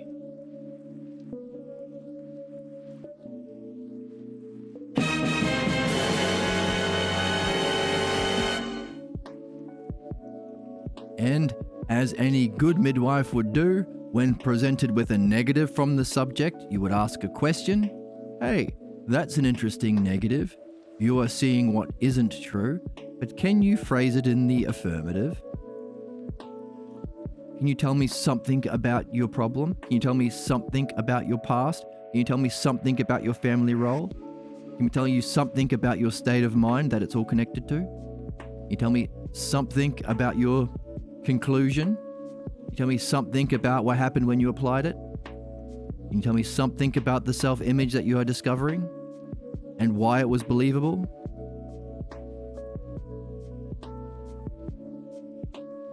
So if the unexamined life isn't worth living, if that's the negative side of the double-edged sword of being a human being, what does that mean about the positive? Remember, human beings are the fucking worst, but we also have the potential to be the greatest, the most wonderful.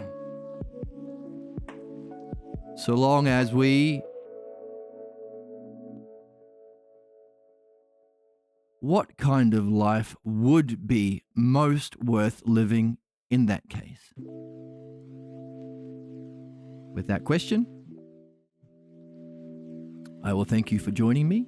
Thank you for the questions and the comments and everything else in chat. Been lots of fun.